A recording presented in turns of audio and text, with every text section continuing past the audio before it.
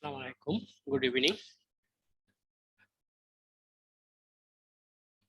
অভ্যাস কর্তৃক আয়োজিত আজকের ক্লাসে সবাইকে স্বাগত জানাচ্ছি।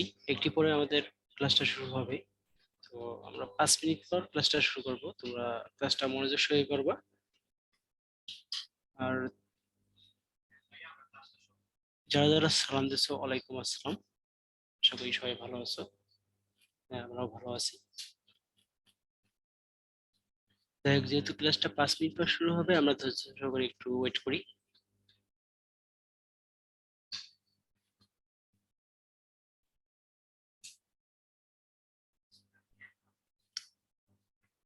আচ্ছা, তোমরা কি ডেইলি পরীক্ষা, উইকলি পরীক্ষা এগুলো দাও? সেট বক্সে জানাও তো।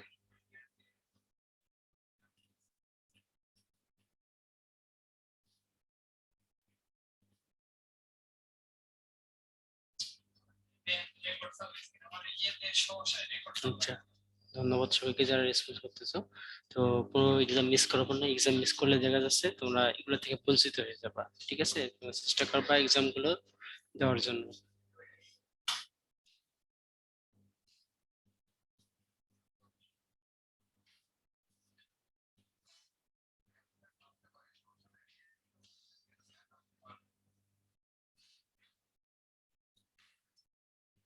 আমি আমি যে বলতেছে আমার কথা ইকো হচ্ছে, সম্ভবত না।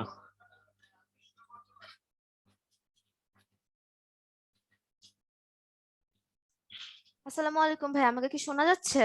জি আপু, শোনা যাচ্ছে। কেমন আছেন আচ্ছা, আপু? এই তো আলহামদুলিল্লাহ।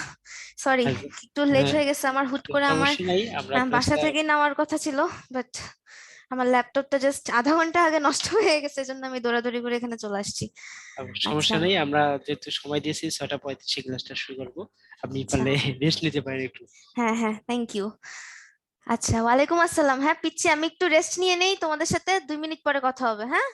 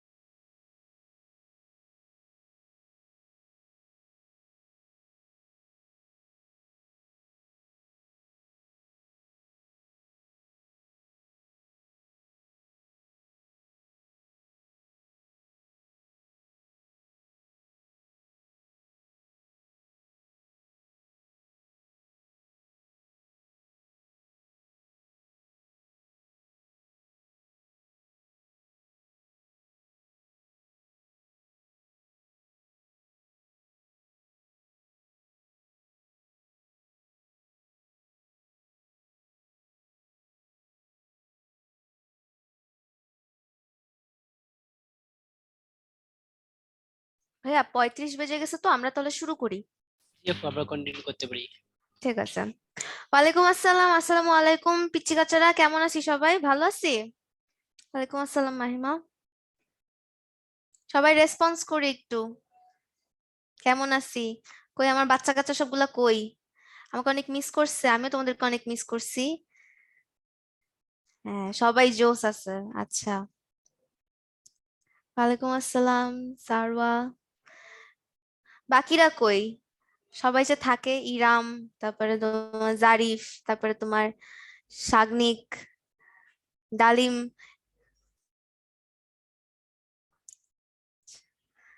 নাওয়ার। এই তো আমিও ভালো আছি। আচ্ছা, কি অবস্থা? কেমন দিন গেল? 1 সপ্তাহ পরে আবার দেখা হইলো।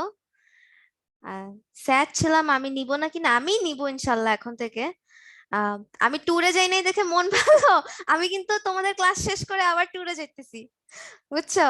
না আফ্রিদা, তোমাকে আমার মনে আছে, আমি তোমাদের ক্লাস শেষ করে আমি আবার ট্যুরে যেতেছি। আমার আজকে ক্লাসটা আমার বাসা থেকে নেওয়ার কথা ছিল, কিন্তু হচ্ছে আমি জানি না কি হয়েছে, 10 মিনিট আগে আমার ল্যাপটপ হ্যাং করছে, মানে জাস্ট টোটালি ব্ল্যাক, কিছুই দেখা যেতেছিল না। ওয়ালাইকুম আসসালাম জারিফ, কি অবস্থা? হ্যাঁ, সামনের ক্লাস নিব। এই যে ট্যুর তো 2 দিনের ট্যুর, ভাল লাগতেছে না। এই যে এই সপ্তাহে মানে লাইক খুবই হেক্টিক উইক গেছে আমার। এই এক সপ্তাহে আমাদের তো মেডিকেলে তোমার 6টা ক্লাস হয়, বুঝছো? 6টা ক্লাসে মানে 6 দিন ক্লাস হয় সপ্তাহে। তো এই 6 দিনের মধ্যে আমরা পরীক্ষা দিছি 10টা। আমি এই 6 দিন আমি টানা 6 দিন পরীক্ষা দিছি, 10টা পরীক্ষা দিছি। মানে আমার মানে জাস্ট কি বলবো, মানে আমি জাস্ট পাগল হয়ে যেতেছিলাম। তো I badly need some rest. তো এই জন্য হচ্ছে আজকে আমি এই যে তোমাদের আমার যে লাস্ট ডিউটি আপনাদের ক্লাস নেওয়া, এই সপ্তাহের লাস্ট ডিউটি হচ্ছে আমার আপনাদের ক্লাস নেওয়া। এই লাস্ট ডিউটি শেষ করে আমি 2 দিনের জন্য নেটওয়ার্কের বাইরে চলে যাবো, একদম সব মোবাইল টোবাইল সব বন্ধ, বুঝছো? আমি জাস্ট ঘুমাবো। আচ্ছা, তোমাদেরকে নিয়ে যাবো, ঠিক আছে আফ্রিদা? দেখা হোক, হ্যাঁ। আচ্ছা জারিফ, ঠিক আছে। হেভেন না, হেভেন না, একটা রিসর্টে যাচ্ছি মা বাবা সহ, মমইন বগুড়ায়। আচ্ছা, তো আসো আজকে আমাদের আমাদের ক্লাস শুরু করি তাহলে। তো আজকে আমরা পড়বো হচ্ছে hereditary in organisms and evolution, ঠিক আছে? আমাকে জ্বালাইছে লাস্ট ক্লাসে রাফিদ, এই আমার তো মনেও নাই কি কি জ্বালাইছো। ঠিক আছে, তোমরা তো অনেক ভালো, তোমরা তো আমাকে জ্বালাও না, ঠিক আছে? মমইন কি সেই? আমাকে অনেকে বলে মমইন নিকো তো ভালো না। আচ্ছা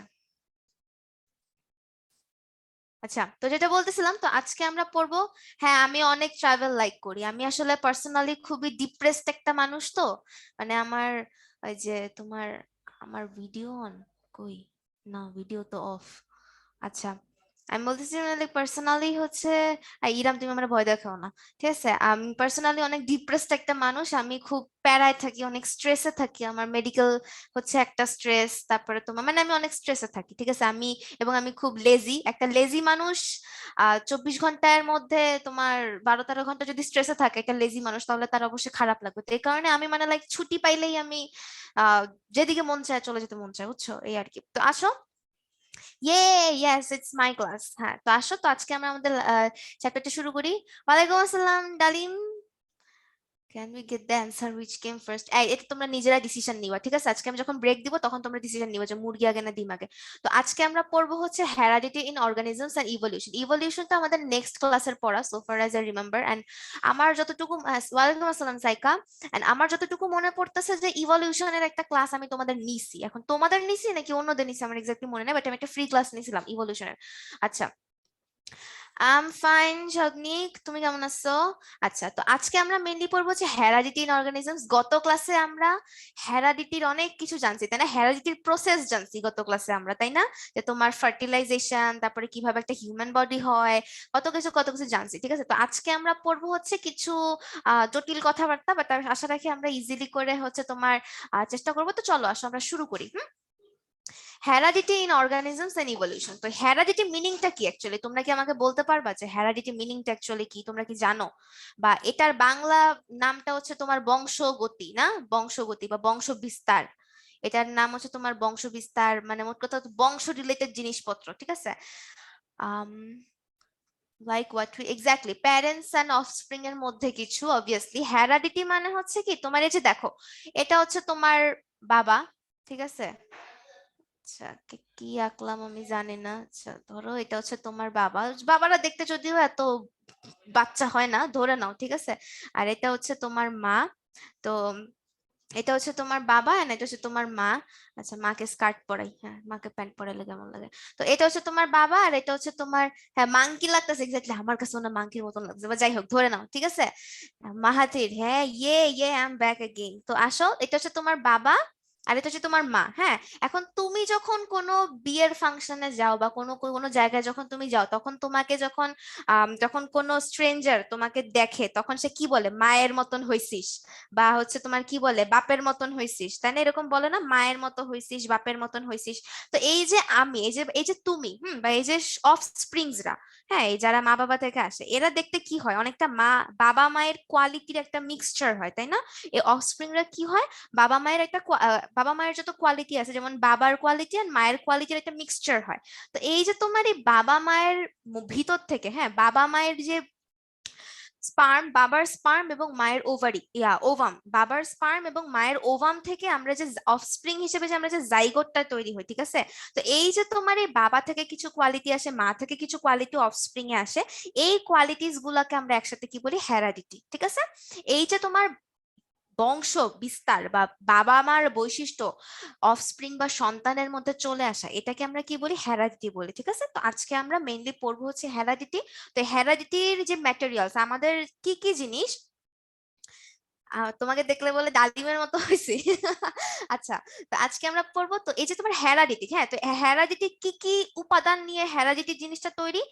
ডিএনএ, ক্রোমোজোম, ঠিক আছে? এই জিনিসগুলো আমরা আজকে পড়বো। হ্যাঁ, যে আমাদের হেরাডিটারি ম্যাটেরিয়ালস গুলা নিয়ে আমরা আজকে পড়বো। হ্যাঁ, এই হেরাডিটারি ম্যাটেরিয়ালস গুলো আমরা আজকে পড়বো।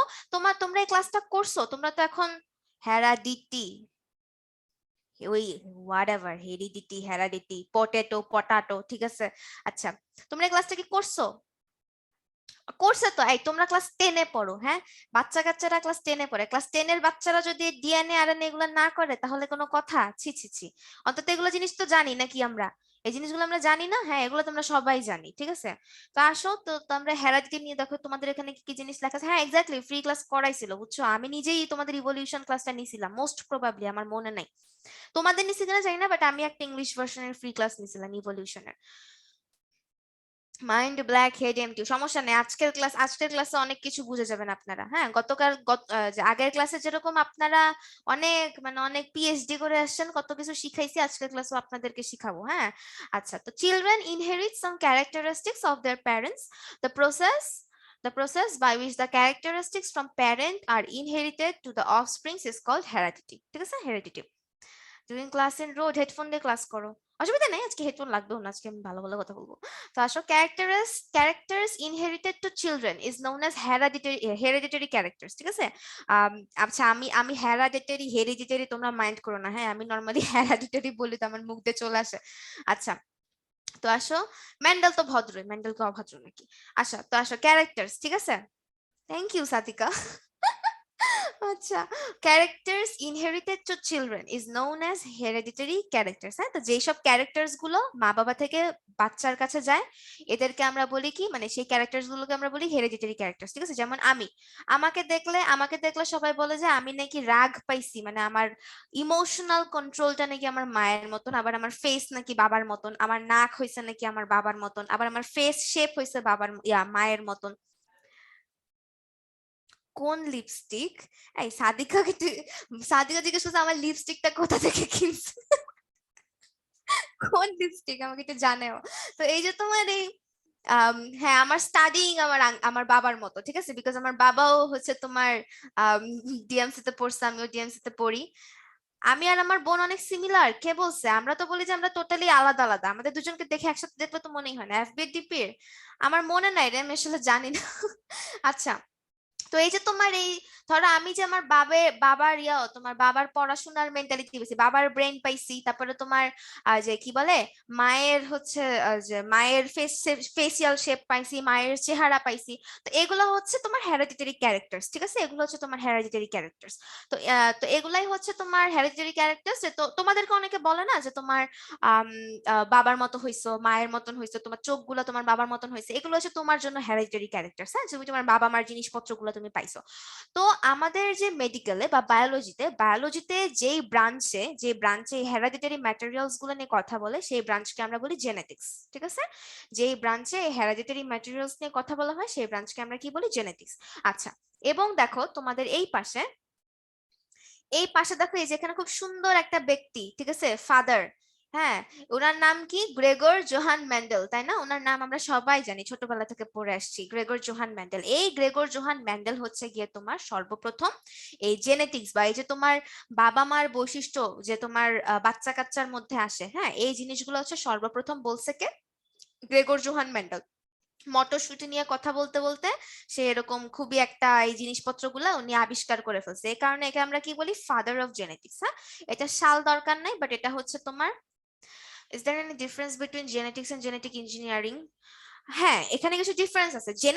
জেনেটিক্স এর মধ্যে তোমাকে হচ্ছে তোমার থিওরি পড়াবে, মানে এখন আমি যেগুলো পড়াবো যেমন ডিএনএ, তারপরে হচ্ছে তোমার আরএনএ, ঠিক আছে, তারপর হচ্ছে তোমার ক্রোমোজোম, নিউক্লিয়াস, তারপরে তোমার জিন, কোড, হ্যাঁ, এইসব জিনিসপত্র হচ্ছে গিয়ে তোমার ইয়াতে পড়ায়, জেনেটিক্সে পড়ায়। জেনেটিক ইঞ্জিনিয়ারিং এ পড়ায় কি, জেনেটিক ইঞ্জিনিয়ারিং কিন্তু আরো অনেক ভ্যাস্ট, এটা খুবই নিউ আসে। এটা হচ্ছে কি তোমার একটা প্রাণীর জিনের সাথে আরেকটা প্রাণীর জিনের মিউটেশন করে যে নতুন জিনিসপত্র তৈরি করা হয়, সেগুলো হয় হচ্ছে তোমার জেনেটিক ইঞ্জিনিয়ারিং এ, বুঝছো? Genetic engineering is like inventive যেই থিওরিটিক্যাল জিনিসপত্রগুলো, বুঝছো?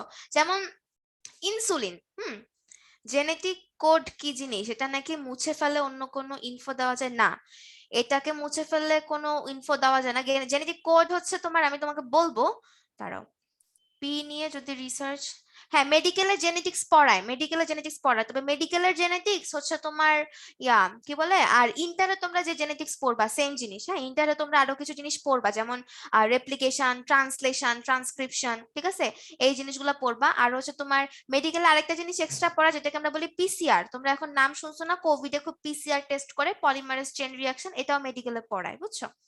আচ্ছা, কোডন নিয়ে একটা আপু কথা বলতেছিল, আমি তোমাকে কোডনটা একটু বুঝাই দিব, হ্যাঁ, একটু ওয়েট করতে হবে সেটার জন্য।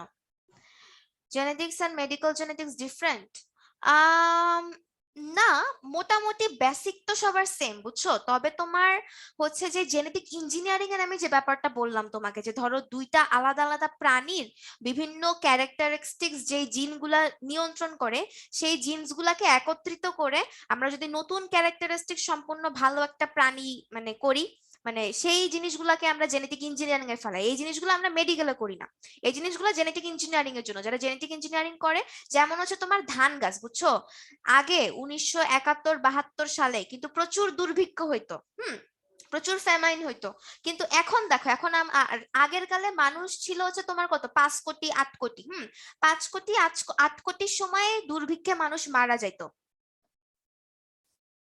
আচ্ছা, ঠিক আছে, exactly, medical peoples are busy in saving lives. হ্যাঁ, তো তোমার দেখো, আগে যখন 1971 সাল ছিল বা 1972 সাল ছিল, সেই সময় ছিল আমাদের বাংলাদেশের জনসংখ্যা ছিল অলমোস্ট 5 কোটি বা 6 কোটি, তাই না? এখনকার চেয়ে তো অর্ধেক।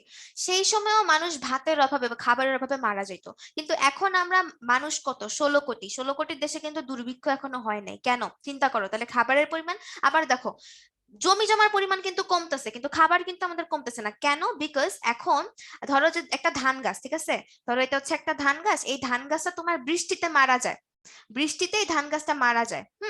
তো তোমার এইরকমই আরেকটা ধান গাছ, এরকমই আরেকটা ধান গাছ, যেটা বৃষ্টিতে মারা যায় না, যেটা বৃষ্টিতে মারা যায় না, বুঝতে পারছো?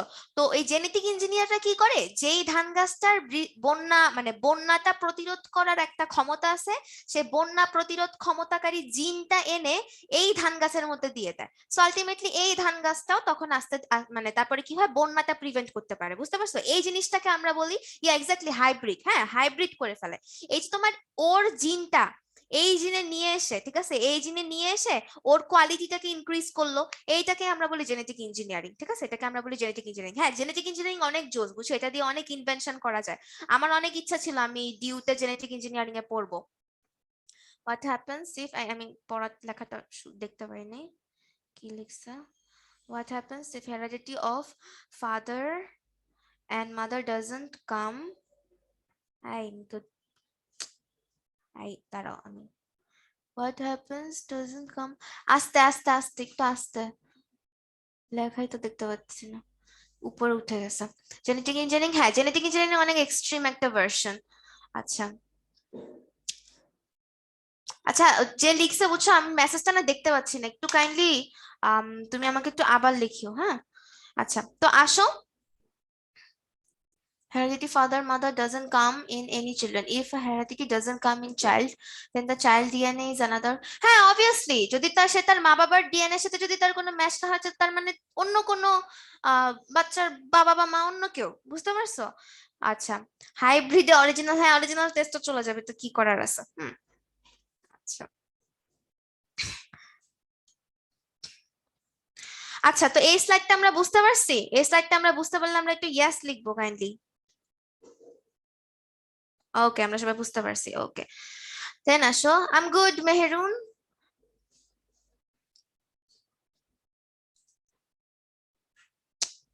প্যারা হইতেছে।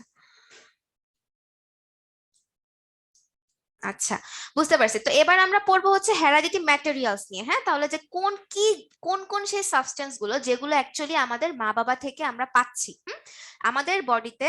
The features of parents are transfer to their offspring through heredity materials. এগুলো কি কি আছে? Mom said, "Don't do class while traveling." I said, "Nothing is important than Anika Pu's class." That is so sweet, Mahati. I'm really flattered. তোমরা আমার অনেক তারিফ করো, হ্যাঁ, এই জন্য তোমাদের ক্লাসটা তোমার ভালো লাগে, বুঝছো? আচ্ছা, তো আসো যে কি কি হেরিডিটি ম্যাটেরিয়ালস আছে যেগুলো হচ্ছে আমরা মা বাবা থেকে পাচ্ছি। Chromosomes, genes, DNA and RNA. Chromosomes অনেক তেল এদের, chromosomes, genes, DNA and RNA. এখন দেখো এই জিনিসগুলো, হ্যাঁ, এই ওয়ার্ড গুলা তোমাদের একটু প্যাচ লেগে যায়। আজকে আমরা মেইনলি পড়বই হচ্ছে এই চারটা জিনিস, ঠিক আছে? এই চারটা জিনিস আমরা আজকে পড়বো, যে ক্রোমোজোম জিনিসটা কি, ডিএনএ জিনিসটা কি, জিন জিনিসটা কি, আরএনএ জিনিসটা কি। আচ্ছা, আমি তোমাদেরকে পড়াগুলো আছে, বা তারপর আমি তোমাদেরকে একটু বোঝানোর চেষ্টা করি জিনিসটা কি। ধরো এইটা হচ্ছে একটা নিউক্লিয়াস, ঠিক আছে? এই নিউক্লিয়াসের ভিতরে কি থাকে? এরকম করে ক্রোমাটিন জালিকা থাকে, তাই না? তো মেটাফেজ পর্যায়ে ক্রোমাটিন জালিকা থেকে যখন পানি বের হয়ে যায়, তখন এই ক্রোমাটিন জালিকাগুলো এরকম করে কুচকায় গেলে তারা আরো মোটা হয়ে যায়, এবং আরো খাটো হয়ে যায়। তখন এদেরকে আমরা বলি ক্রোমোজোম। কি বলি? ক্রোমোজোম। তাহলে এটা হচ্ছে তোমার একটা নিউক্লিয়াস। এই নিউক্লিয়াসের ভিতরে থাকে ক্রোমোজোম। এই যে তোমার এই ক্রোমোজোম, এই ক্রোমোজোমের যদি এই পার্টটাকে আমি একটু জুম করি, তাহলে আমি দেখব এই ক্রোমোজোমটা অসংখ্য এরকম এরকম এরকম এরকম পেঁচানো কি জানি একটা দিয়ে তৈরি, ঠিক আছে? অসংখ্য এরকম এরকম কি জানি একটা পেঁচানো জিনিস দিয়ে তৈরি, এবং এর মাঝখানে একটা সবুজ সবুজ একটা গোটা আছে। সবুজ সবুজ ইয়া থাকে। আচ্ছা, তো এই নীল কালার যে পোর্শনটা, এটাকে আমরা বলি ডিএনএ। আর এই সবুজ কালারটা হচ্ছে একটা প্রোটিন, যে প্রোটিনের নাম হচ্ছে হিস্টোন প্রোটিন। একটু পরে ছবি দেখবা।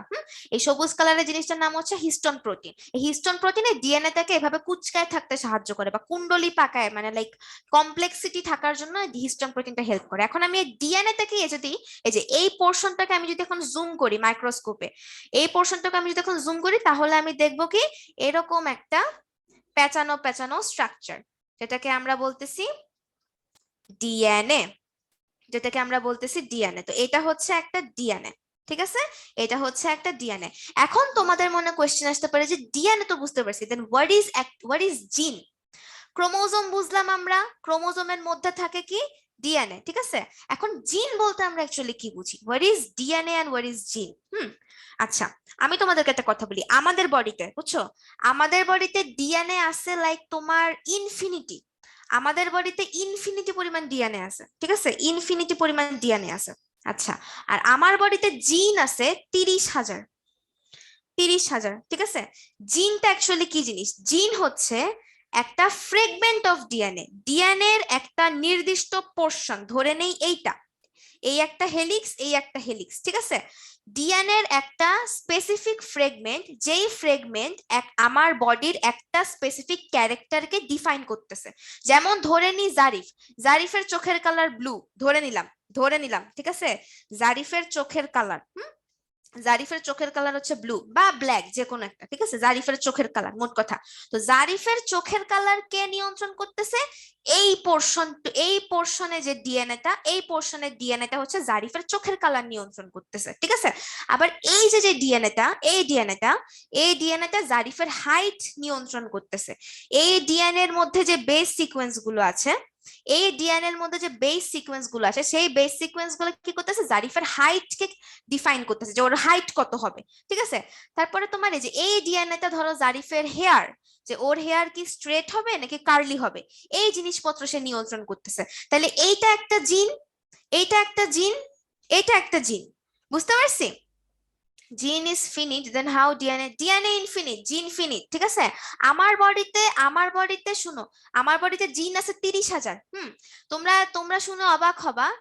বলতেছি দাঁড়াও। আমাদের বডিতে 98% ডিএনএ কোন কাজ নাই। আমাদের বডির 98% ডিএনএ এর কোনো কাজ নাই। এদেরকে আমরা বলি জাঙ্ক ডিএনএ, এরা জাস্ট থাকে, বুঝছো? আর মাত্র 2% ডিএনএ হচ্ছে তোমার আমার বডিতে এই বিভিন্ন ধরনের জিনকে তারা করে, মানে তোমার জিনকে তারা এক্সপোজ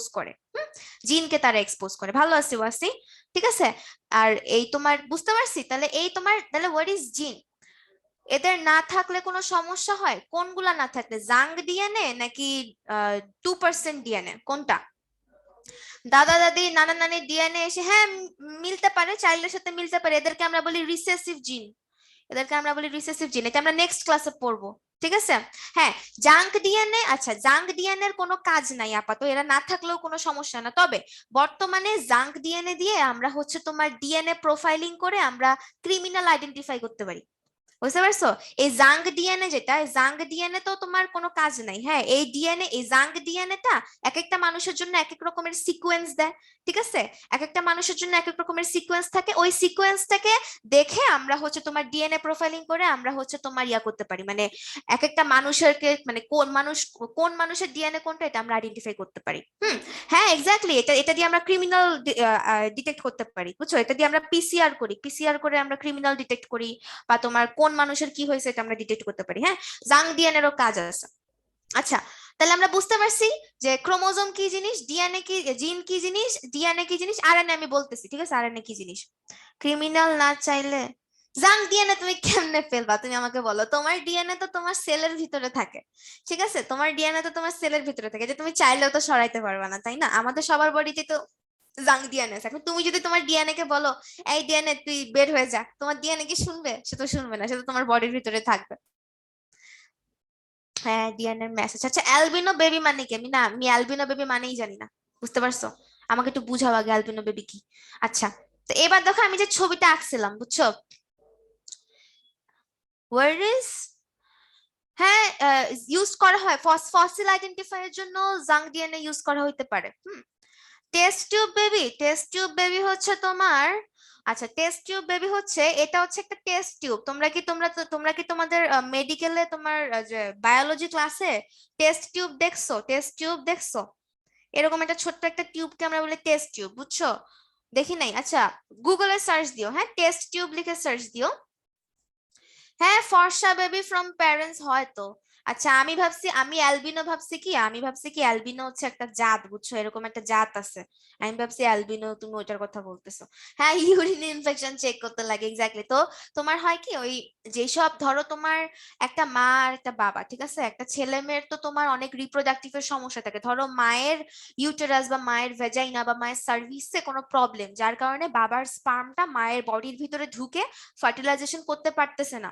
কিংবা ধরো বাবার বডিতে স্পার্মের কাউন্ট অনেক কম, এত কম কাউন্ট, অথবা বাবার যে স্পার্মটা সেটা তত বেশি মোটাইল বা চলন শক্তি তার কম, যে সে মায়ের ইউটেরাস পর্যন্ত যাইতে পারবে। তো এই টাইপের যখন মানে এই যেসব মা বাবারা এইসব সমস্যায় ভুগে, ওরা কি করে, হেডফোন টাইম না, অত কিছু তো যাবো না। ঠিক আছে, যেসব মা বাবারা এইসব তোমার মানে প্রেগনেন্সির যেসব সমস্যাগুলোতে যারা ভুগে, ওরা কি করে তোমার হসপিটালে যে তোমার মায়ের বডি থেকে ইনজেকশনের মাধ্যমে ওভামটা বের করে আনা হয়, আর বাবাকে বলা হয় আপনি স্পার্ম দেন। তখন হচ্ছে তোমার আচ্ছা 10% নামাই দিছো। মায়ের বডি থেকে ইনজেকশন দিয়ে ওভাম কালেক্ট করা হয়, আর বাবাকে বলা হয় আপনি স্পার্মটা দিয়ে দেন। তখন তোমার এরকম একটা টেস্ট টিউবের ভিতরে ডক্টররা কি করে, ওভাম আর একটা স্পার্মকে তারা মিলিত হয়ে বাইরে ফার্টিলাইজ করে। ঠিক আছে, মানে মায়ের বডির বাইরে টেস্ট টিউবের ভিতরে ফার্টিলাইজেশন করে সেখান থেকে একটা জাইগোট তৈরি করে, সেই জাইগোটটাকে আবার ইনজেকশন দিয়ে মায়ের ওভারির ভিতরে নিয়ে যাওয়া হয়। এই কারণে টেস্ট টিউবের ভিতরে যেতে ফার্টিলাইজেশনটা হয়, দ্যাটস ওয়াই এটাকে আমরা বলি টেস্ট টিউব বেবি। বাবার লিমিটেড স্পার্ম থাকলে কিভাবে স্পার্ম দিবে? কিভাবে স্পার্ম দিবে এটা এটা আমি তোমাদেরকে কেমনে বুঝাই? ওটা বড় হলে বুঝবানে। ঠিক আছে, আপাতত এটুকু জেনে রাখো যে বাবার কাছ থেকে স্পার্ম নেওয়া হয়। হ্যাঁ, হ্যাঁ দ্যাটস অ্যান এক্সটার্নাল ফার্টিলাইজেশন। হ্যাঁ, এইরাম ঠিক বলছে। আচ্ছা, তো আসো, ঠিক আছে, সেলে আসি। তো আসো, আমরা যে রোল অফ ক্রোমোজোম, ক্রোমোজোমটা ডিএনএ এবং আরএনএ আমরা এখন দেখবো যে জিনিসটা কি। দেখো, এটা হচ্ছে একটা সেল। এই সেলের মধ্যে কি আছে? নিউক্লিয়াস। হ্যাঁ, নিউক্লিয়াসের মধ্যে কি আছে? দেখো ক্রোমোজোম। দেখো আমরা একটু আগে পড়লাম, ক্রোমোজোমকে যদি আমরা জুম করি তাহলে দেখবো ক্রোমোজোমের মধ্যে আছে ডিএনএ, এবং ডিএনএ এর কিছু fragments, different type of fragments of DNA which actually mainly আমার বডির ক্যারেক্টারিস্টিক্স কে ডিফাইন করে, এদেরকে আমরা বলি জিন। এই স্লাইডটা আমরা বুঝছি, বুঝলাম, আমরা ইয়েস লিখবো। আজকের পড়া একদম পান্তা ভাতের পড়া। ওকে, আমরা বুঝতে পারছি। আচ্ছা, তাহলে এবার আমরা আসলে জানবো এই ডিএনএ আর আরএনএ জিনিসটা অ্যাকচুয়ালি কি। আরএনএ আমি বুঝাইতেছি, ধৈর্য ধরতে হবে ভাই, পেশেন্স পেশেন্স। হ্যাঁ, ডিএনএ আর আরএনএ অ্যাকচুয়ালি কি? আচ্ছা, ডিএনএ এর ফুল নাম হচ্ছে deoxyribonucleic acid. Deoxyribonucleic acid. D দিয়ে হচ্ছে তোমার এই ডিঅক্সি, এন দিয়ে হচ্ছে ডিঅক্সিরাইবো, এন দিয়ে হচ্ছে নিউক্লিক, এ দিয়ে হচ্ছে অ্যাসিড। আর আরএনএ যেটা, আমি পড়ালে সবই সহজ। Thank you. তোমরা আমার কথা মনোযোগ দিয়ে শুনো তো। কেন তোমরা আমার কথা মনোযোগ দিয়ে শুনো দেখি বলো তো, অন্য টিচাররা তোমাদেরকে কি করছে? হ্যাঁ, আচ্ছা। আর আরএনএ হচ্ছে কি? Ribo nucleic acid.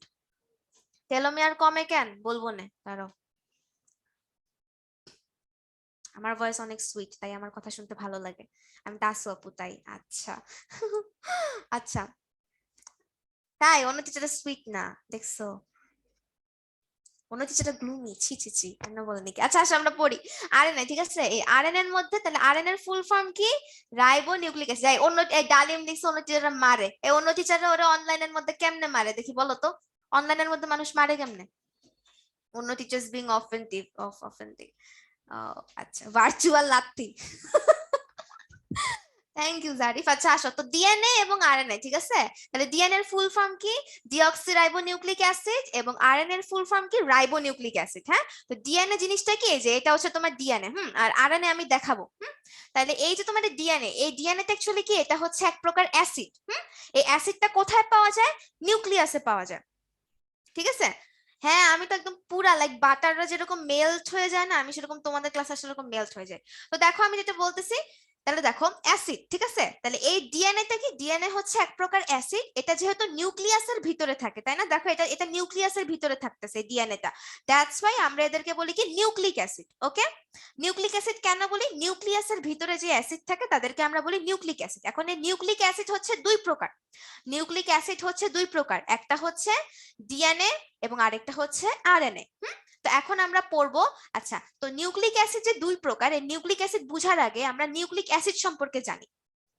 এই ডিএনএ বা আরএনএ এর পিএইচ কত? আমি জানি না রে, 7 বা মানে 6 এর দিকে হবে। এটা খুবই উইক অ্যাসিড, বুঝছো? Week acid. হ্যাঁ, আমার মেল্টিং পয়েন্ট হচ্ছে তোমাদের ক্লাস। তো এই যে তোমাদের নিউক্লিক অ্যাসিড, হ্যাঁ, তো ডিএনএ আরএনএ পড়ার আগে, যেহেতু ডিএনএও একটা নিউক্লিক অ্যাসিড, আরএনএও একটা নিউক্লিক অ্যাসিড, তো এটা পড়ার আগে আমরা আগে নিউক্লিক অ্যাসিডটা কি জিনিস সেটা আমরা একটু পড়ি, যে একটা নিউক্লিক অ্যাসিডে কি কি থাকে। নিউক্লিক অ্যাসিড মানে কি? নিউক্লিয়াসের ভিতরে যে অ্যাসিড থাকে তাদেরকে আমরা নিউক্লিক অ্যাসিড বলি। তো একটা নিউক্লিক অ্যাসিড কি কি জিনিস দিয়ে তৈরি? একটা নিউক্লিক অ্যাসিড, এটা তোমাদের অবজেক্টিভের জন্য ভেরি ভেরি ইম্পর্টেন্ট স্লাইড। ঠিক আছে, একটা নিউক্লিক অ্যাসিড কি কি দিয়ে তৈরি? নিউক্লিক অ্যাসিড কি কি দিয়ে তৈরি? Nitrogenous base. বেস মানে তো বুঝি ক্ষার। ঠিক আছে, নাইট্রোজেনাস বেস। নাইট্রোজেনাস বেস দিয়ে তৈরি, পেন্টোজ সুগার দিয়ে তৈরি, এবং একটা ফসফেট গ্রুপ দিয়ে তৈরি। এই তিনটা মাস্ট মাস্ট এই ক্লাস 10 থেকে পড়ে রাখো, ইন্টারে মেডিকেলে যখন আসবেন সারাটা জীবন লাগবে। যে নিউক্লিক অ্যাসিড কি কি উপাদান দিয়ে তৈরি? নিউক্লিক অ্যাসিডের কম্পোনেন্ট কি? Nitrogenous base, pentose sugar and phosphate group.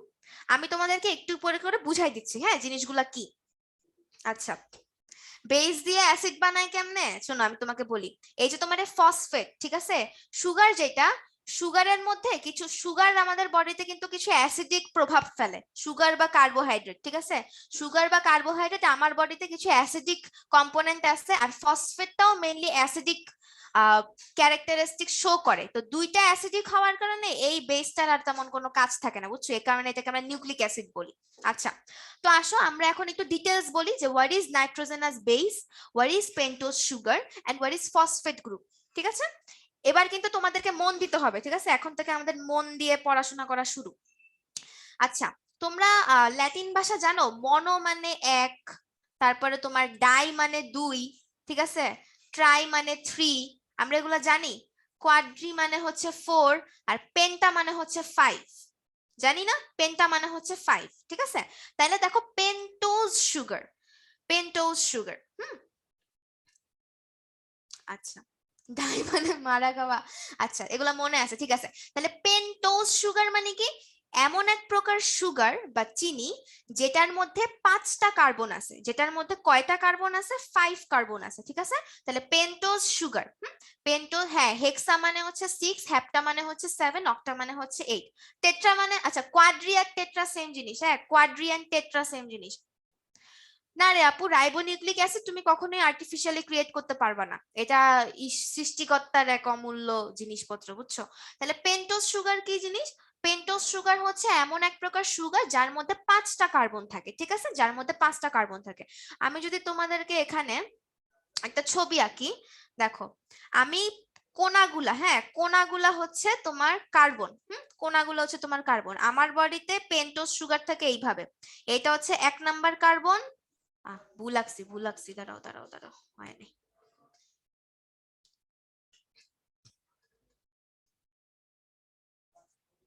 এই যে এটা হচ্ছে তোমার 1 number carbon, 2 number carbon, 3 number carbon, 4 number carbon, 4 নাম্বারের সাথে হাত লেগে 5 নাম্বার কার্বন।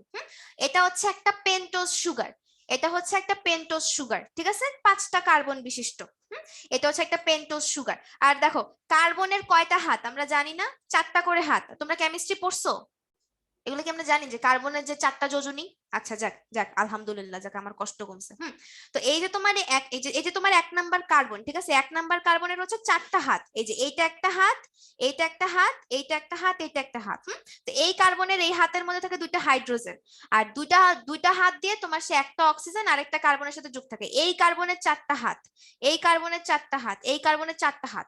তো এই হাতগুলোর মধ্যে এরকম OH OH এগুলো লাগানো থাকে, এগুলো তোমাদের লাগবে না। এগুলো লাগানো থাকে, এগুলো তোমাদের লাগবে না। বাকি হাতগুলোর মধ্যে এরকম OH আর H লাগানো থাকে। এভাবে আমরা একটা পেন্টোজ সুগারকে আঁকি। এগুলো তোমাদের এখন লাগবে না, আপাতত জাস্ট বেসিকটা জেনে রাখো। এইটা হচ্ছে একটা পেন্টোজ সুগার, ঠিক আছে, এটা হচ্ছে একটা পেন্টোজ সুগার। আচ্ছা, তো পেন্টোজ সুগার আমরা চিনলাম। এবার আমরা পড়বো কি ফসফেট গ্রুপ। ফসফেট মানে তো বুঝি PO4, তাই না, PO4 3- নাম শুনছি না? 5 নং কার্বনের সাথে 2টা হাত। আচ্ছা, 5 নং কার্বনের মধ্যে CH2OH থাকে ভাইয়া, CH2OH। তাহলে CH2OH, তাহলে চিন্তা করো এইটা একটা হাত, ঠিক আছে। এখন আমি কি তোমাদেরকে এখন কেমিস্ট্রি পড়াবো? হায় রে আল্লাহ। আচ্ছা দেখো CH2OH এর মধ্যে দেখো যে এইটা একটা হাত, এই উপরের মধ্যে একটা হাইড্রোজেন, এখানে একটা হাইড্রোজেন, এখানে একটা OH, হয়েছে 4টা হাত, হয়েছে, যাক হয়েছে, ঠিক আছে। হ্যাঁ, ও হচ্ছে একটা অক্সিজেন, ও একটা অক্সিজেন। আচ্ছা, তোমাদের এত ডিটেলস লাগবে না, আমি তোমাদেরকে কেন ডিটেলস এটা বলতেছি তোমরা একটু পরে বুঝতে পারবে। আপাতত এটা হচ্ছে একটা পেন্টোজ সুগার, এটা এটা জেনে রাখো। হ্যাঁ এক্স্যাক্টলি, আমার কেমিস্ট্রি এডিশন বের হয়ে গেছে এখন, মানে বায়োলজি বাদ দিয়ে এখন তোমাদের কেমিস্ট্রিও পড়াইতেছি আমি। আচ্ছা, তো আমাদের পেন্টোজ সুগার আমরা চিনলাম। আর এবার আর কি দিয়ে তৈরি? নিউক্লিক অ্যাসিড, ফসফেট দিয়ে তৈরি, ঠিক আছে। তাহলে পেন্টোজ সুগার আর ফসফেট দিয়ে তৈরি। Last but not least, nitrogenous base. What do you mean by nitrogenous base? Base মানে কি? বেস মানে তো ক্ষার, ঠিক আছে। নাইট্রোজেনাস বেস মানে হচ্ছে এমন কিছু অর্গানিক কেমিক্যাল বা এমন কিছু অর্গানিক সাবস্টেন্সেস যার মধ্যে কি আছে? নাইট্রোজেন আছে। যার মধ্যে নাইট্রোজেন আছে, এদেরকে আমরা বলি নাইট্রোজেনাস বেস। তো আমাদের বডিতে নাইট্রোজেনাস বেস আছে কি কি? এটা আমাদেরকে very very crucial for objective, এখন থেকে মুখস্থ করে রাখেন। আমাদের বডিতে কি কি নাইট্রোজেনাস বেস আছে?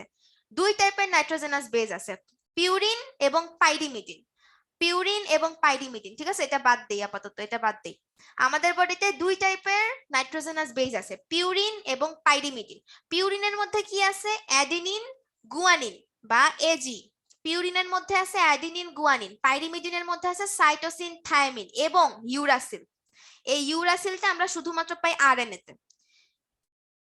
ইউরাসিল হচ্ছে এক প্রকার পাইরিমিডিন যেটা শুধুমাত্র আরএনএ তে পাওয়া যায়। ডিএনএ তে থাইমিন পাওয়া যায়, আরএনএ তে থাইমিন পাওয়া যায় না, আরএনএ তে পাওয়া যায় ইউরাসিল, ঠিক আছে। আমি একটু আবার বলি। আচ্ছা, এই ওয়ার্ডগুলোর সাথে কি তোমরা পরিচিত? এটা আমাকে একটু বলো, এই ওয়ার্ডগুলোর সাথে কি তোমরা পরিচিত? এর আগে কি পড়ছি আমরা? আচ্ছা, কয়েকজন পরিচিত, যাক পরিচিত হলে তো ভালোই হয়েছে, যাক আলহামদুলিল্লাহ, তাহলে আমার কষ্ট কমলো, ঠিক আছে। তাহলে এটা তোমার নিউক্লিক অ্যাসিড। নিউক্লিক অ্যাসিড কি কি দিয়ে তৈরি? পেন্টোজ সুগার দিয়ে তৈরি, ফসফেট দিয়ে তৈরি এবং নাইট্রোজেন বেস দিয়ে তৈরি। নাইট্রোজেন বেস কি কি আছে আমাদের বডিতে? পিউরিন এবং পাইরিমিডিন। হ্যাঁ, পিউরিনে হচ্ছে তোমার 2টা, তোমরা বেনজিন দেখছো? বেনজিন, বেনজিন কি একটা সাইক্লিক যৌগ না অ্যারোমেটিক যৌগ? আমি জানি না তোমরা নাম শুনছো কিনা। তো পিউরিন, পাইরিমিডিন এগুলো তোমার বেনজিনের মতন, বুঝছো, অ্যারোমেটিক যৌগ। পিউরিনের মধ্যে তোমার 2টা বেনজিন থাকে, আর পাইরিমিডিনের মধ্যে তোমার একটা রিং থাকে। পাইরিমিডিনের মধ্যে একটা রিং থাকে ওই কার্বন গুলার মধ্যে। হ্যাঁ এক্স্যাক্টলি, C6H6। হ্যাঁ, তো ওই কার্বনের যে হাতগুলা, ওই হাতগুলার মধ্যে তোমার নাইট্রোজেন লাগানো থাকে, নাইট্রোজেন লাগানো থাকে। আচ্ছা, তো তাহলে নাইট্রোজেনাস বেস কয়টা? 2 প্রকার, পিউরিন এবং পাইরিমিডিন। হ্যাঁ, পিউরিন কি কি আছে? অ্যাডিনিন এবং গুয়ানিন, এবং পাইরিমিডিন আছে ডিএনএ এর জন্য সাইটোসিন এবং থাইমিন, এবং আরএনএ এর জন্য সাইটোসিন এবং ইউরাসিল। আরএনএ এর জন্য সাইটোসিন এবং ইউরাসিল। আচ্ছা, এবার আমরা আসি অ্যারোমেটিক, হ্যাঁ এক্স্যাক্টলি অ্যারোমেটিক হাইড্রোকার্বন। আচ্ছা, তো এবার আমরা আসি যে পেন্টোজ সুগার, ঠিক আছে, পেন্টোজ সুগার, পেন্টোজ সুগার। আচ্ছা দেখো, তাহলে দেখো এই যে তোমার ribo nucleic acid, ribo nucleic acid কি কি, আচ্ছা আচ্ছা এবার আমি তোমাদেরকে বলি যে ডিঅক্সি রাইবো নিউক্লিক অ্যাসিড জিনিসটা কি। পেন্টোজ সুগার দিয়ে, ঠিক আছে, পেন্টোজ সুগার দিয়ে যখন কোনো অ্যাসিড তৈরি হয়, পেন্টোজ সুগার দিয়ে যখন কোনো অ্যাসিড তৈরি হয় তখন আমরা এদেরকে বলি ribo nucleic acid. Pentose sugar দিয়ে যখন কোনো অ্যাসিড তৈরি হয় তখন আমরা এদেরকে বলি কি, রাইবো নিউক্লিক অ্যাসিড, ঠিক আছে। তার মানে আরএনএ যেটা, আরএনএ হচ্ছে তোমার পেন্টোজ সুগার, ফসফেট এবং নাইট্রোজেন বেস দিয়ে তৈরি রাইবো নিউক্লিক অ্যাসিড। এখন আমাদের question deoxy ribo nucleic acid বলতে আমরা কি বুঝি। আচ্ছা দেখো, ডিএনএ বা ডিঅক্সি রাইবো, ল্যাটিন ভাষায় ডি মানে নাই, ল্যাটিন ভাষায় ডি মানে নাই, অক্সি মানে অক্সিজেন, আর রাইবো নিউক্লিক অ্যাসিড মানে তো আমরা জানি যে পেন্টোজ সুগারের অ্যাসিড, ঠিক আছে, পেন্টোজ সুগারের অ্যাসিড। তাহলে অ্যাকচুয়ালি জিনিসটা কি দাঁড়ায়, ডিএনএ জিনিসটা দাঁড়ায় মানে ডি অক্সি বলতে আমরা বুঝাই এটা তো একটা পেন্টোজ সুগার, তাই না। এই পেন্টোজ সুগারে যে 2 নাম্বার কার্বন, এই 2 নাম্বার কার্বনে একটা অক্সিজেন নাই, এই 2 নাম্বার কার্বনে দেখো এখানে একটা অক্সিজেন আঁকছিলাম না আমি, এই অক্সিজেনটা নাই, এই অক্সিজেনটা নাই, ঠিক আছে, ডিঅক্সি, ব্যাপারটা বুঝো। পেন্টোজ সুগারে OH ছিল 2 নাম্বার কার্বনে, পেন্টোজ সুগারে আমরা আঁকছিলাম OH, কিন্তু ডিঅক্সি রাইবোর ক্ষেত্রে ডিঅক্সি রাইবোস বা ডিএনএ এর জন্য আমরা যে পেন্টোজ সুগারটা ইউজ করি সেই সুগারে 2 নাম্বার কার্বনে OH এর বদলে, OH এর বদলে H থাকে, শুধু কোনো O থাকে না, মানে অক্সিজেন থাকে না। বুঝতে পারছি? না বুঝতে পারলে আরেকবার রিপিট করব, কোনো সমস্যা নাই। তাহলে ডিঅক্সিরাইবোজ, কেমিস্ট্রি চলতেছে আসলে, হ্যাঁ বুঝছো। তাহলে ডিঅক্সিরাইবোজ সুগার, বুঝতে পারছি, ডিঅক্সিরাইবোজ সুগারে যে পেন্টোজ সুগারটা ইউজ করা হয় সেই পেন্টোজ সুগারের 2 নাম্বারের মধ্যে কি থাকে, ডিঅক্সিডাইজ মানে হচ্ছে অক্সিজেন বাদ দেওয়া, ঠিক আছে। ও দ্যাটস সো সুইট জারিফ। আচ্ছা তাহলে বুঝতে পারছি, আমি কেমিস্ট্রি ভালো পারি, বাহ। আচ্ছা তাহলে ডিঅক্সিরাইবোজ মানে কি, ডি মানে নাই, অক্সি মানে অক্সিজেন, তাহলে ডিঅক্সি না, স্ট্রাকচার গুলো এক্সামে আঁকতে হবে না আপু, এক্সামে আঁকতে হবে না, তুমি জাস্ট বুঝে রাখো তাইলেই হবে। তাহলে ডিঅক্সি, তাহলে আবার বলি, তাহলে যেই পেন্টোজ সুগারে OH নাই শুধু H আছে, মানে অক্সিজেন নাই শুধু H আছে, সেই পেন্টোজ সুগার দিয়ে যে নিউক্লিক অ্যাসিড তৈরি হয় এদেরকে আমরা বলি ডিএনএ, আর নরমাল পেন্টোজ সুগার দিয়ে যে নিউক্লিক অ্যাসিডটা তৈরি হয় এদেরকে আমরা বলি আরএনএ বা রাইবো নিউক্লিক অ্যাসিড। তো আমরা ডিএনএ এবং আরএনএ ডিফারেন্সটা বুঝতে পারছি। ওকে, আমরা ডিএনএ আরএনএ বুঝতে পারছি, এই স্লাইডটা তাহলে আমরা বুঝতে পারছি না, আশা রাখি। তাহলে এই যে তোমার তাহলে দেখো পেন্টোজ সুগার 2 রকম, একটা হচ্ছে ডিঅক্সিরাইবোজ সুগার, আর একটা হচ্ছে রাইবোজ সুগার, ঠিক আছে। ডিঅক্সিরাইবোজ সুগারে ওই 2 নাম্বার কার্বনে একটা অক্সিজেন নাই, এটা কোথায় থাকে, ডিএনএ তে থাকে। আর রাইবোজ সুগার কোনটা, আমরা নরমাল পেন্টোজ সুগার যেটা আঁকলাম এটা কোথায় থাকে, এটা আরএনএ তে প্রেজেন্ট থাকে, মানে রাইবো নিউক্লিক অ্যাসিডে। আর এছাড়াও এর মধ্যে নিউক্লিক অ্যাসিডে কি থাকে, নাইট্রোজেনাস বেস থাকে, পিউরিন এবং পাইরিমিডিন 2 টাইপের থাকে, পিউরিনে থাকে এডিনিন এবং গুয়ানিন, পাইরিমিডিনে থাকে সাইটোসিন এবং thymine in case of DNA এবং uracil in case of RNA. এই স্লাইডটা বুঝলে আমরা একটু ইয়েস লিখবো, একটু হার্ড বাট আমি আশা রাখি আমরা বুঝতে পারছি। ওকে, আসো এবার আমরা কিছু বেসিক কথাবার্তা বলবো, ঠিক আছে। এই রিক্যাপ করতে পারবো না, রেকর্ডিং দেখে নিও। আচ্ছা এবার আমরা কিছু বেসিক কথাবার্তা বলবো। দেখো তাহলে এখানে দেখো আমরা এখন একটা ডিএনএ আঁকবো, ঠিক আছে, আমরা এখন একটা ডিএনএ আঁকবো। তো ডিএনএ, ধরো আমরা এখন একটা ডিএনএ আঁকবো, তো ডিএনএ আঁকার জন্য আমাদের সবার ফার্স্টে আমরা একটু আগে কি কি উপাদান পড়ছি বলতো, পেন্টোজ সুগার পড়লাম, নাইট্রোজেন বেস পড়লাম, আর কি ছিল, ফসফেট ছিল, তাই না, ফসফেট ছিল। তো আসো এখন আমরা একটা একটা করে আঁকবো, যেগুলো আঁকলে অ্যাকচুয়ালি আমাদের কি হয়। সবার ফার্স্টে আমরা আঁকবো পেন্টোজ সুগার, না এক্সামে আঁকতে হবে না, আমি দেখাই দিব কোনটা আঁকতে হবে। পেন্টোজ সুগার, এইটা হচ্ছে একটা পেন্টোজ সুগার, ঠিক আছে, আঁকলাম পেন্টোজ সুগার। এবার আমরা আঁকবো নাইট্রোজেন বেস, সব জায়গায় ডিএনএ থাকে, নাইট্রোজেন বেস আমরা কি কি পড়ছি, এডেনিন, গুয়ানিন, সাইটোসিন, থাইমিন, এগুলো পড়ছি, তাই না। আচ্ছা নাইট্রোজেন বেসটা লাগানো থাকে পেন্টোজ সুগারের 1 নাম্বার কার্বনে,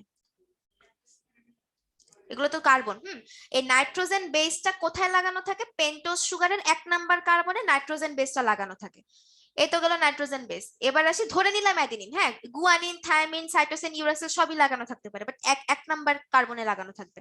আর 3 নাম্বার উপাদানের নাম কি, ফসফেট, ফসফেটটা লাগানো থাকে কোথায়, তোমার ফসফেট লাগানো থাকে 5 নাম্বার কার্বনের সাথে। ব্যাস, এইটা হচ্ছে, এই যে আমি যেটা আঁকলাম, ঠিক আছে, এটা হচ্ছে একটা মনোমার, এটা হচ্ছে একটা মনোমার। আমরা আগের ক্লাসে মনোমার পলিমার আমরা পড়ছিলাম, তোমাদের কি মনে আছে? মনোমার কি পলিমার কি মনে আছে তোমাদের? দেখি আমাকে একটু বলো তো, মনোমার পলিমার। ইথিন থেকে অনেকগুলা ইথিন, অনেকগুলা ছোট ছোট ইথিন থেকে, অনেকগুলা ছোট ছোট ইথিন থেকে কি তৈরি হয়? একটা পলিথিন তৈরি হয়, তাই না? অনেকগুলা ছোট ছোট অণু থেকে একটা বড় যৌগ তৈরি হয়। আচ্ছা সরি, আমি বাংলায় লিখবো না, এমনি আমি মনের ভুলে লিখে লিখে দিছিলাম, ঠিক আছে, মনের ভুলে লিখে দিছিলাম। তো আমি পড়াইছিলাম তোমাদেরকে, হ্যাঁ, যে ছোট ছোট যে অনেকগুলা, আমরা পলিথিনের নাম শুনছি তাই না? পলিথিন হচ্ছে একটা প্যাকেট। পলিথিন কি দিয়ে তৈরি হয়? অনেকগুলা, লাইক 20 থেকে 30,000 ছোট ছোট ছোট ছোট ইথিন দিয়ে তৈরি হয়। তো এক একটা সিঙ্গেল ইথিনকে আমরা বলি মনোমার। মনো মানে এক, ঠিক আছে, এক একটা সিঙ্গেল ইথিনকে আমরা বলি মনোমার। তো এরকম 20,000 মনোমার মিলে তৈরি হয় একটা পলিমার। পলি মানে একের অধিক। তো এই যে তোমার মনোমার, তো এই যে দেখো আমি এখানে কি আঁকলাম, এখানে আমি একটা ইউনিট আঁকলাম। এই ইউনিটটা হচ্ছে ডিএনএ এর মনোমার। ডিএনএ এর মনোমার, বুঝতে পারছো? এরকম লক্ষ লক্ষ লক্ষ লক্ষ এই মনোমার দিয়ে তৈরি হয় আমাদের ডিএনএ, ঠিক আছে? এরকম লক্ষ লক্ষ, একটার উপর একটা, একটার উপর একটা, এটার উপরে এটার নিচে, এরকম এরকম করে তৈরি হয় হচ্ছে তোমার ডিএনএ। আচ্ছা, তো এবার আমি তোমাদেরকে বুঝি, এখানে কিছু লেখা আছে, এই লেখাগুলো আমরা কি বলি? Nucleic acid. কত লেয়ারের মনোমার? কোনো ইয়া নাই, লক্ষ লক্ষ লক্ষ লক্ষ। নিউক্লিক অ্যাসিডটা অ্যাকচুয়ালি কি? নিউক্লিক অ্যাসিড হচ্ছে কি, আচ্ছা, আগে দেখো, নিউক্লিক অ্যাসিড জানার আগে তোমাদেরকে জানতে হবে নিউক্লিওসাইড কি এন্ড নিউক্লিওটাইড কি। নিউক্লিওসাইড হচ্ছে pentose sugar plus nitrogen base, that means pentose sugar এবং নাইট্রোজেন বেস, এইটাকে আমরা বলি নিউক্লিওসাইড। এটাকে আমরা বলি নিউক্লিওসাইড, ঠিক আছে? পেন্টোজ সুগার এবং একটা নাইট্রোজেন বেস, এবং যখনই এদের সাথে একটা ফসফেট যুক্ত হয় তখন এই পুরা ইউনিটটাকে আমরা বলি নিউক্লিওটাইড। আমি একটু আবার বলি, ফসফেট বাদ দিলে যে দুইটা থাকে এই দুইটাকে আমরা বলি নিউক্লিওসাইড। ফসফেট সহ যে ইউনিটটা তৈরি হয়েছে এই ইউনিটকে আমরা বলি nucleotide. Clear? Nucleoside nucleotide clear? Okay, nucleoside nucleotide clear. তাহলে নিউক্লিক অ্যাসিডটা কি জিনিস, বা ডিএনএ আরএনএটা কি জিনিস? Polymer of nucleotide. Polymer of nucleotide মানে অসংখ্য এই নিউক্লিওটাইড, এই একটা নিউক্লিওটাইড হচ্ছে একটা মনোমার। এরকম অসংখ্য মনোমার মিলে monomer of DNA is called, exactly, monomer of DNA is called nucleoside. বুঝছো? এরকম অসংখ্য অসংখ্য নিউক্লিওসাইড মিলিত হয়ে যে পলিমারটা তৈরি করে সেই পলিমারটার নামই হচ্ছে নিউক্লিক অ্যাসিড। সে পলিমারটার নামই হচ্ছে নিউক্লিক। আমি এখনই ছবি দেখাবো তোমাদেরকে, দেখো, দাঁড়াও, এই যে দেখো, দেখছো, দেখো, এইটা হচ্ছে একটা নিউক্লিওটাইড, এইটা একটা নিউক্লিওটাইড, দেখো এটা একটা নাইট্রোজেন বেস, এটা পেন্টোজ সুগার, এই যে ফসফেট, দেখছো, দেখছো, এই যে একটা নিউক্লিওটাইড, দুটা নিউক্লিওটাইড, চারটা নিউক্লিওটাইড, দেখো পলিনিউক্লিওটাইড, বুঝতে পারছো? এই যে একটা চেইন, এই আরেকটা চেইন, এটা একটা চেইন, এটা হচ্ছে আরেকটা চেইন, বুঝতে পারছো? এরকম দুইটা ডিএনএ এর মধ্যে কি থাকে? দুইটা চেইন থাকে না? দুটা চেইনের মাঝখানে মাঝখানে যেগুলো এরকম এরকম, এই যে এটা হচ্ছে তোমার সেই বন্ড গুলা, বুঝতে পারছো? লাকি যে এই যে এটাই হচ্ছে তোমার কেমিক্যাল অ্যানালাইসিস। এটা তোমাদের লাগবে না, জাস্ট বুঝে রাখো, ঠিক আছে? হ্যাঁ, মনোমারের মলিকিউলার ডিফারেন্স না, এরকম নাই। আচ্ছা, তাহলে এই স্লাইডটা আমরা বুঝতে পারছি, এই স্লাইড থেকে আমরা বুঝতে পারছি নিউক্লিওসাইড কাকে বলে, নিউক্লিওটাইড কাকে বলে, এবং নিউক্লিক অ্যাসিড কাকে বলে। যে ওকে, ভেরি গুড, আমরা বুঝতে পারছি। তা এবার আসি আমরা ক্রোমোজোম। অবশ্যই টিচার খুশি হবে, কিন্তু তোমাদেরকে এটা আঁকতে হবে না আপু, তোমাদেরকে আঁকতে হবে হচ্ছে তোমার এইটা, এটা আঁকতে হবে তোমাদেরকে। এটা আঁকার কোনো প্রয়োজন নেই, এটা তোমাদের ইন্টারে আঁকতে হবে, এটা তোমাদের ইন্টারে আঁকতে হবে। আচ্ছা, হ্যাঁ, ব্রেক দিব আমি আপনাদেরকে। এত কেন, ক্লাস কি বোরিং লাগতেছে? ব্রেক চাচ্ছ যে? সেম একই জিনিস, নিউক্লিয়াস, নিউক্লিয়াসের মধ্যে থাকে ক্রোমাটিন বা ক্রোমোজোম। এই ক্রোমোজোমকে দেখো, যদি জুম করে দেখো ক্রোমোজোমের মধ্যে দেখো, এই যে দেখো, আমি তোমাদেরকে বলছিলাম যে ক্রোমোজোম গুলো এক প্রকার প্রোটিন দিয়ে পেঁচানো থাকে। এই মানে ক্রোমোজোমের যে ডিএনএ গুলো এক প্রকার গ্রিন কালারের প্রোটিন দিয়ে পেঁচানো থাকে। এই প্রোটিন গুলাকে আমরা বলি হিস্টোন প্রোটিন। এই হিস্টোন প্রোটিনের কাজই হচ্ছে তোমার, এই ধরো এটা তো একটা হিস্টোন প্রোটিন, এই হিস্টোন প্রোটিনের কাজই হচ্ছে তোমার এই ডিএনএ কে এভাবে করে পেঁচায় রাখা, বুঝতে পারছো? এভাবে এভাবে পেঁচায় রাখা, এখানে ভিতরে ভিতরে হিস্টোন প্রোটিন থাকে। হিস্টোন প্রোটিনটা সরাই দিলে দেখো, এই লম্বা যে জিনিসটা দেখতেছি এটা হচ্ছে আমাদের ডিএনএ হেলিক্স। আমাদের ডিএনএ হেলিক্স, ডিএনএ হেলিক্স এর মধ্যে থাকে জিন। এই স্লাইডটা তো বুঝতে পারছি, আমাদের বেসিক জিনিস আমরা জানি। আচ্ছা, এবার একটু ব্রেক দিলাম, যাও তোমাদেরকে একটু ব্রেক দিলাম, ব্রেক দেওয়ার পরে আর বেশি টপিক নাই বুঝছো, এই ডিএনএ আছে, আরএনএ আছে, এরপরে শেষ। আচ্ছা হ্যাঁ হ্যাঁ, ব্রেক নিতে পারেন আপনি, একটু ইমার্জেন্সি, কোনো সমস্যা নেই, যান 10 মিনিটের ব্রেক দিলাম। আমরা 7:30টায় আবার ব্যাক করব। আমরা গল্প করি, যারা যারা ব্রেক নিব না আমরা গল্প করি, আসো। এই সারিম কি জানি লিখলো, হায় হায়, এন্ড ওরা কিন্তু অনেক তেল দিচ্ছে, কেউই না মোটা হয়ে। আচ্ছা বুঝতে পারছি। আমাকে কালকে দেখছিলা, কই দেখছিলা আপু? আমার ফুল নেম আনিকা তাহসিন ইসলাম। এই যাদের ব্রেক লাগবে তারা ব্রেক নাও, আর যাদের ব্রেক লাগবে না তারা গল্প করি আমার সাথে। আমার ব্রেক লাগবে না, আমি ফ্রি।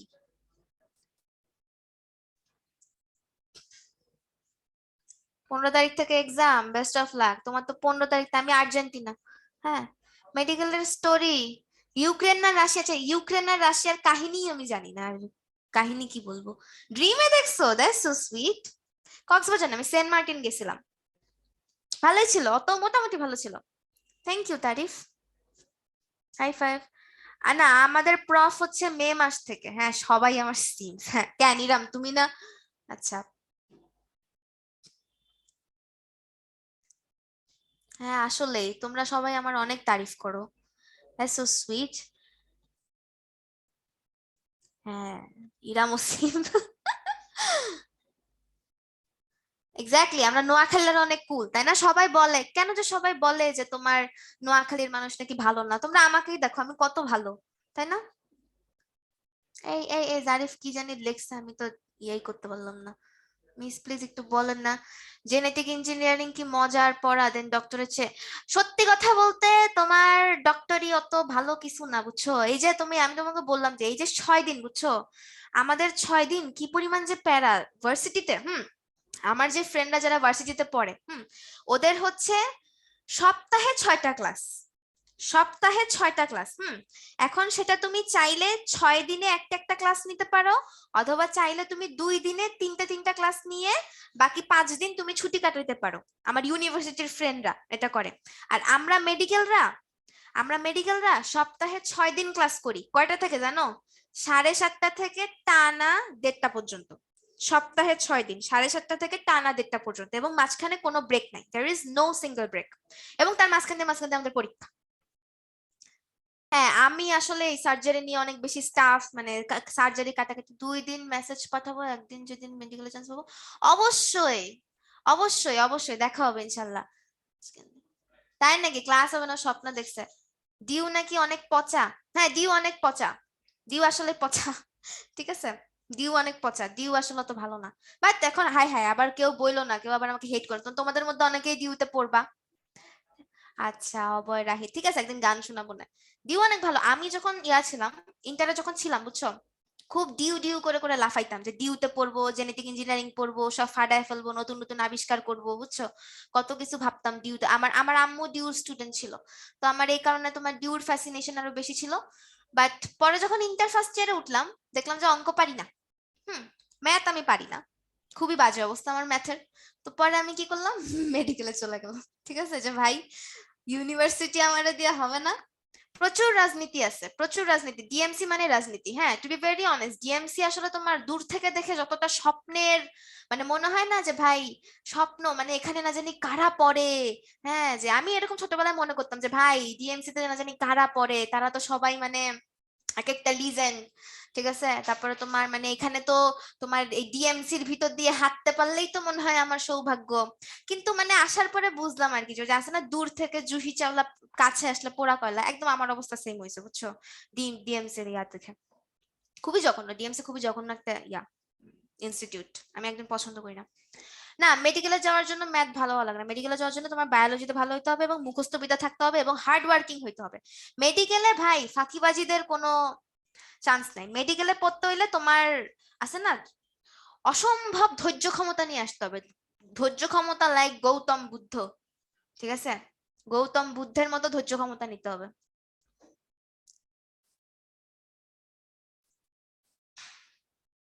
অ্যাডমিশনের টাইমে অনেক প্যারা। মেহেরুন, না না এভাবে বলা যায় না। অনেক পড়তে হয়, অনেক পড়তে হয়, বুঝছো? এখন সমস্যা হচ্ছে কি, তোমার মেডিকেলে তো তোমার প্রচুর মানুষ প্রিপারেশন নেয়, বুঝছো? সুতরাং না পড়ে না আসলে উপায় নাই। তুমি যদি টপ মেডিকেল পাইতে চাও তাহলে তো তোমাকে পড়াশোনা করতেই হবে এই ব্যাপারে, আর তার উপরে সেকেন্ড টাইমার থাকে। আমি আমার থার্ড ইয়ার অলমোস্ট শেষ, আর 2 মাস পরে ফোর্থ ইয়ারে উঠে যাব। আমি কয় ঘন্টা পড়তাম?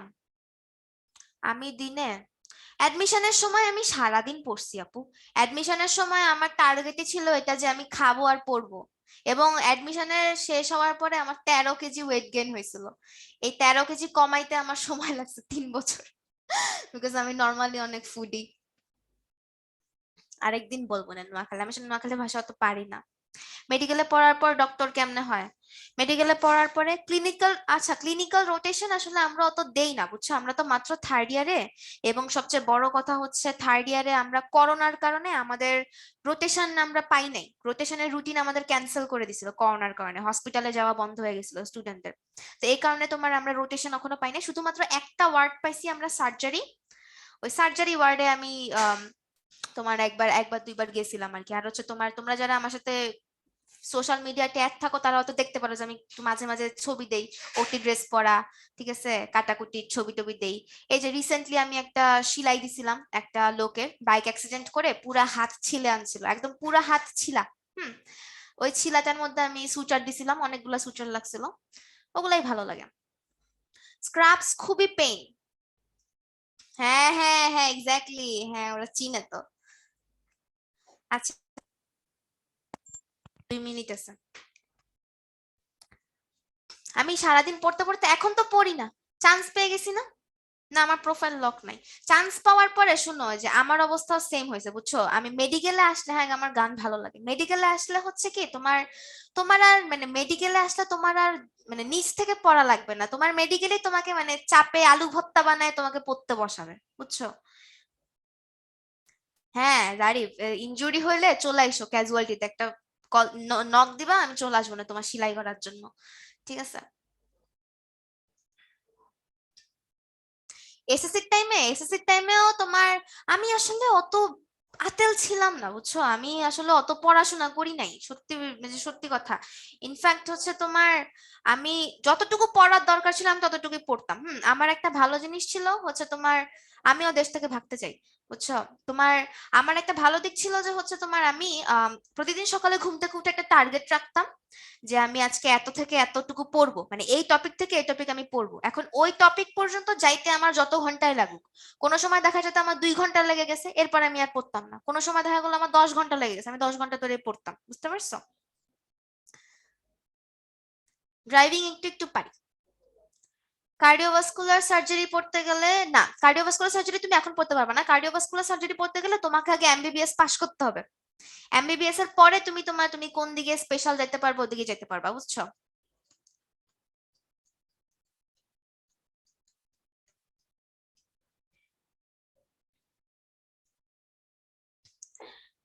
ফুল করতে পারো না, না এটাতে হলে তো হবে না, ফুল তো করতেই হবে। তবে আমি কখনোই আতেল ছিলাম না, টু বি ভেরি অনেস্ট, আমি কখনোই আতেল ছিলাম না। হ্যাঁ হ্যাঁ, দেখা করায় দিও, কোনো সমস্যা না। আচ্ছা পোলাপাইন, ব্রেক হয়েছে তোমাদের? ব্রেক হইলে চলো আমরা পড়া শুরু করি, আর আজকে আমাদের বেশি স্লাইড নাই তো। নক দিও। আমি, হ্যাঁ আমি ক্লাসে ফার্স্ট হয়েছি, ঠিক আছে। হ্যাঁ আমি অনেক প্যারা নেই, আমি বগুড়ায় কালকে যাচ্ছি। আমি ছোটবেলা থেকে ক্লাস 5 থেকে, ক্লাস 5-এ, ক্লাস 6, 7, 8, 9, 10, সারা জীবন আমার রোল ছিল 2। আমি প্রথম সাময়িক পরীক্ষায় ফার্স্ট, হ্যাঁ হ্যাঁ হ্যাঁ তাহসিন তাস, আমি প্রথম সাময়িক পরীক্ষায় ফার্স্ট হইতাম, হ্যাঁ দ্বিতীয় সাময়িক পরীক্ষায় ফার্স্ট হইতাম, বার্ষিক পরীক্ষায় যে আমি জানি না আমি কি হইতাম, আমার রোল হয়ে যেত 2। সো আলটিমেটলি আমি কখনোই মানে রোল 1 হইতে পারিনি, আমি সারা জীবন রোল 2 ছিলাম, বাট আমি ফার্স্ট হয়েছি।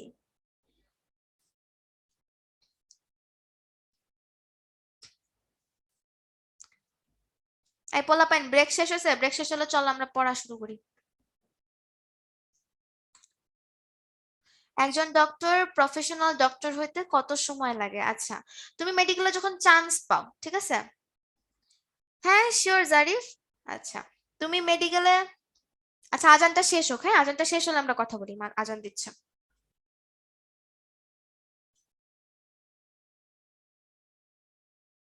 আজানটা শেষ হোক, আজানটা শেষ হলে আমরা পড়া শুরু করে দিব। এসএসসি এর আমি বললাম তো আপু, আমি কোনো রুটিন ফলো করতাম না, বুঝছো? আমি প্রতিদিন একটা টার্গেট রাখতাম, ওই টার্গেট অনুযায়ী আমি পড়া শেষ করে ফেলতাম। আর এসএসসির পড়া তো নর্মালি একটু কম, ইন্টারে উঠলে না পাগল হয়ে যাবা। এসএসসি নিয়ে তো প্যারা খাও না, বুঝছো? এসএসসির ওই 2 মাস আগে পড়লেও হয়ে যাবে।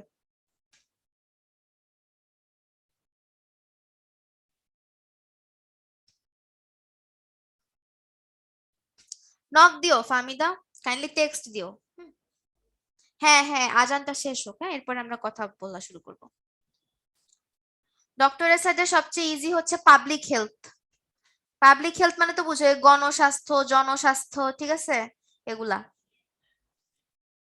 মুখস্থ করা ভুলে যাও, বিকজ এটা তোমার শর্ট টার্ম। মুখস্থ করে তুমি ভুলে যাও বিকজ সেটা তুমি তোমার শর্ট টার্ম মেমোরিতে রেখে দাও, এটাকে তুমি তোমার লং টার্ম মেমোরিতে রাখো না। দ্যাটস ওয়াই লং টার্ম মেমোরিতে রাখার জন্য কি করতে হবে জানো? তুমি আজকে পড়লা, 2 দিন পরে আবার পড়তে হবে, 2 নাম্বার দিনের পরে 5 নাম্বার দিনে আবার পড়তে হবে, 10 নাম্বার দিনে আবার পড়তে হবে, এরকম করলে 3-4 বার পড়লে সেটা তখন লং টার্ম মেমোরিতে চলে যাবে, তখন তুমি এটাতে আর ভুলবা না।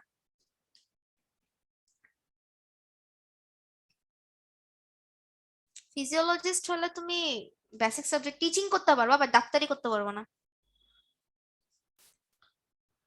না রে, বাসা করতে আসা হয়নি। সাউথ কোরিয়াতে আম, আমি যতটুকু জানি সাউথ কোরিয়াতে অ্যাকচুয়ালি নেয় না, বুঝছো? তুমি বাংলাদেশ থেকে এমবিবিএস করে তুমি ইংল্যান্ড যাইতে পারবা, ইউএস যাইতে পারবা, তারপর অস্ট্রেলিয়া যাইতে পারবা, সিঙ্গাপুর যাইতে পারবা, না কানাডাতেও পারবা, বাট খুবই টাফ। কানাডাতে ডাক্তার নেয় না। কানাডাতে আমার বাবার অনেক ডাক্তার ফ্রেন্ড গেছে, তারা এখন নার্স। তারা তারা কানাডাতে ডাক্তারি করতেই পারে নাই, তারা এলিজিবল হয় নাই, তারা নার্স হয়ে গেছে, বুঝছো? But Australia, Singapore, New Zealand, Japan, তুমি জাপানে তুমি রিসার্চ করতে যেতে পারবা।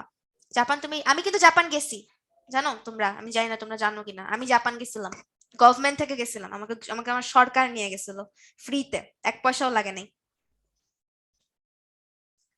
মা বাবা ছাড়া একলা একলা গেছি, ঘুরে আসছিলাম 1 সপ্তাহ। ওটা তো আমি আমি একটা সায়েন্স ট্যুরে গেছিলাম। হ্যাঁ, আমি গোল্ড ডিগার।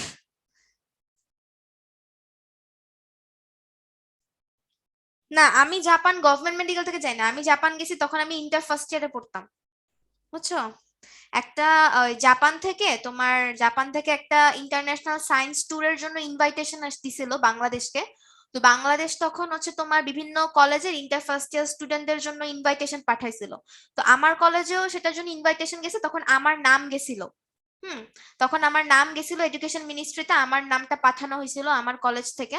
তো তখন মিনিস্ট্রিতে আমাদের পুরা বাংলাদেশ থেকে অনেকগুলো স্টুডেন্টের পরীক্ষা হয়েছিল, প্লাস ভাইবা হয়েছিল। সেই ভাইভাতে আমি সিলেক্টেড হয়েছিলাম। পুরা বাংলাদেশ থেকে 20 জন গেছিল জাপানে। হুম। আমাদের এডুকেশন থেকে, মানে এডুকেশন মিনিস্ট্রি থেকে আমাদেরকে নিয়ে গেছিল। তো I was lucky enough to visit that Japan.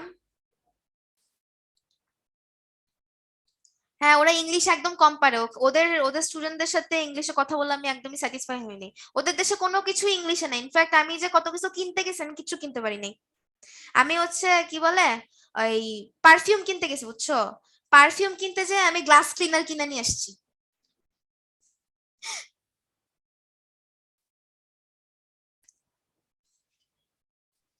আচ্ছা, আসো আমরা তাহলে পড়া শুরু করি। হ্যাঁ, আমাদের অনেক গল্প টল্প হয়ে গেছে। তো আমরা এখন পড়বো হচ্ছে ডিএনএ। হ্যাঁ এক্স্যাক্টলি, আমি পারফিউম কিনতে গেছি, পারফিউম কিনতে যে আমি গ্লাস ক্লিনার নিয়ে আসছি, বিকজ ওদের লেখা নাই, মানে কোনো ইংলিশ লেখা নাই। আমার কাছে দেখতে পারফিউমের মতন লাগছে, পারফিউমের জায়গায় আমি রুমে এসে দেখি গ্লাস ক্লিনার। ঠিক আছে। আচ্ছা, তো আসো। এবং ওদের দেশে কেউ ইংলিশ, মানে ইংলিশে কথাও বলে না, খুবই খুবই খুবই মানে খুবই কি বলবো, সমস্যা হয়েছিল। বাট অসুবিধা নেই, আমাদের সাথে একটা গাইড ছিল, ওই গাইডের নাম ছিল আড়াই, মেয়ে গাইড, বুঝছো? আমরা ডাকতাম 2.5। আচ্ছা, নস্টালজিয়া হয়ে যাইতেছি পুরা। আচ্ছা, আসা হয়েছে, অনেক হয়েছে, আমরা ইয়া করি, ডিএনএ পড়ি। হ্যাঁ, তো ডিএনএ কি? ডিএনএ হচ্ছে এক প্রকার পলিনিউক্লিওটাইড চেইন। ডিএনএ কি? ডিএনএ হচ্ছে পলিনিউক্লিওটাইড চেইন। পলিনিউক্লিওটাইড চেইন, ঠিক আছে? পলি মানে তো জানি পলিমার, নিউক্লিওটাইড মানে কি নিউক্লিওটাইডের পলিমার। নিউক্লিওটাইডটা আমরা একটু আগে পড়লাম, যে এইটা হচ্ছে তোমার নিউক্লিওটাইড, একটা ফসফেট, একটা নাইট্রোজেন বেস এবং একটা পেন্টোজ সুগার। এটা হচ্ছে তোমার, আচ্ছা তো এই যে তোমার পলিনিউক্লিয়ার চেইন, হ্যাঁ এই তোমার ডিএনএ, এই ডিএনএ এর মধ্যে কয়টা চেইন থাকে নিউক্লিওটাইডের? দুইটা চেইন। দেখো এইটা হচ্ছে একটা চেইন, এটা হচ্ছে আরেকটা চেইন, তাই না? আমরা দেখতে পাইতেছি, দেখো দেখো এইটার সাথে এই জিনিসটা একটু মিলাও, তোমার স্ট্রাকচারের সাথে কেমিক্যালটা একটু মিলানোর চেষ্টা করো। দেখো এটা কি সুগার, তাই না? এটা হচ্ছে ফসফেট, সুগার ফসফেট। দেখো এইটা হচ্ছে একটা সূত্রা, একটা চেইন, ঠিক আছে? এটা হচ্ছে একটা চেইন, এইটা হচ্ছে একটা চেইন, ঠিক আছে? দেখো এই নীল কালার দিয়ে দেওয়া, দেখছো দেখছো এই যে এই কালার গুলা, ঠিক আছে? এটা হচ্ছে একটা চেইন, এটা হচ্ছে একটা চেইন। তাহলে এই যে মানে যে ডিএনএ, এই ডিএনএ যে চেইনটা, এই চেইনটা কে তৈরি করতেছে? সুগার এবং ফসফেট, তাই না? ডিএনএ এর চেইনটা কে তৈরি করতেছে? সুগার এবং ফসফেট তৈরি করতেছে ডিএনএ এর চেইনটা, ঠিক আছে?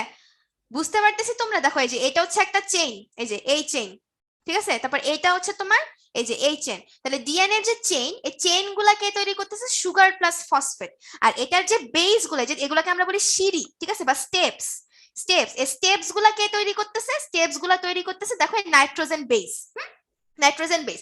তো এখন ডিএনএতে নাইট্রোজেন বেসে ধরো এখানে আছে এ, এর সাথে এটার একটা নিয়ম আছে, এই নিয়মকে আমরা বলি চার্জেফস রুল। হ্যাঁ, ইন্টারে পড়বা চার্জেফ রুল। বিজ্ঞানী চার্জেফ কি আবিষ্কার করছে? এই যে তোমার একটা চেইনের এর সাথে তার অপোজিট চেইনের টি বসবে অল টাইম, অল টাইম। এটা এটা তোমরা ভুলবা না। এর সাথে বসবে কি? টি।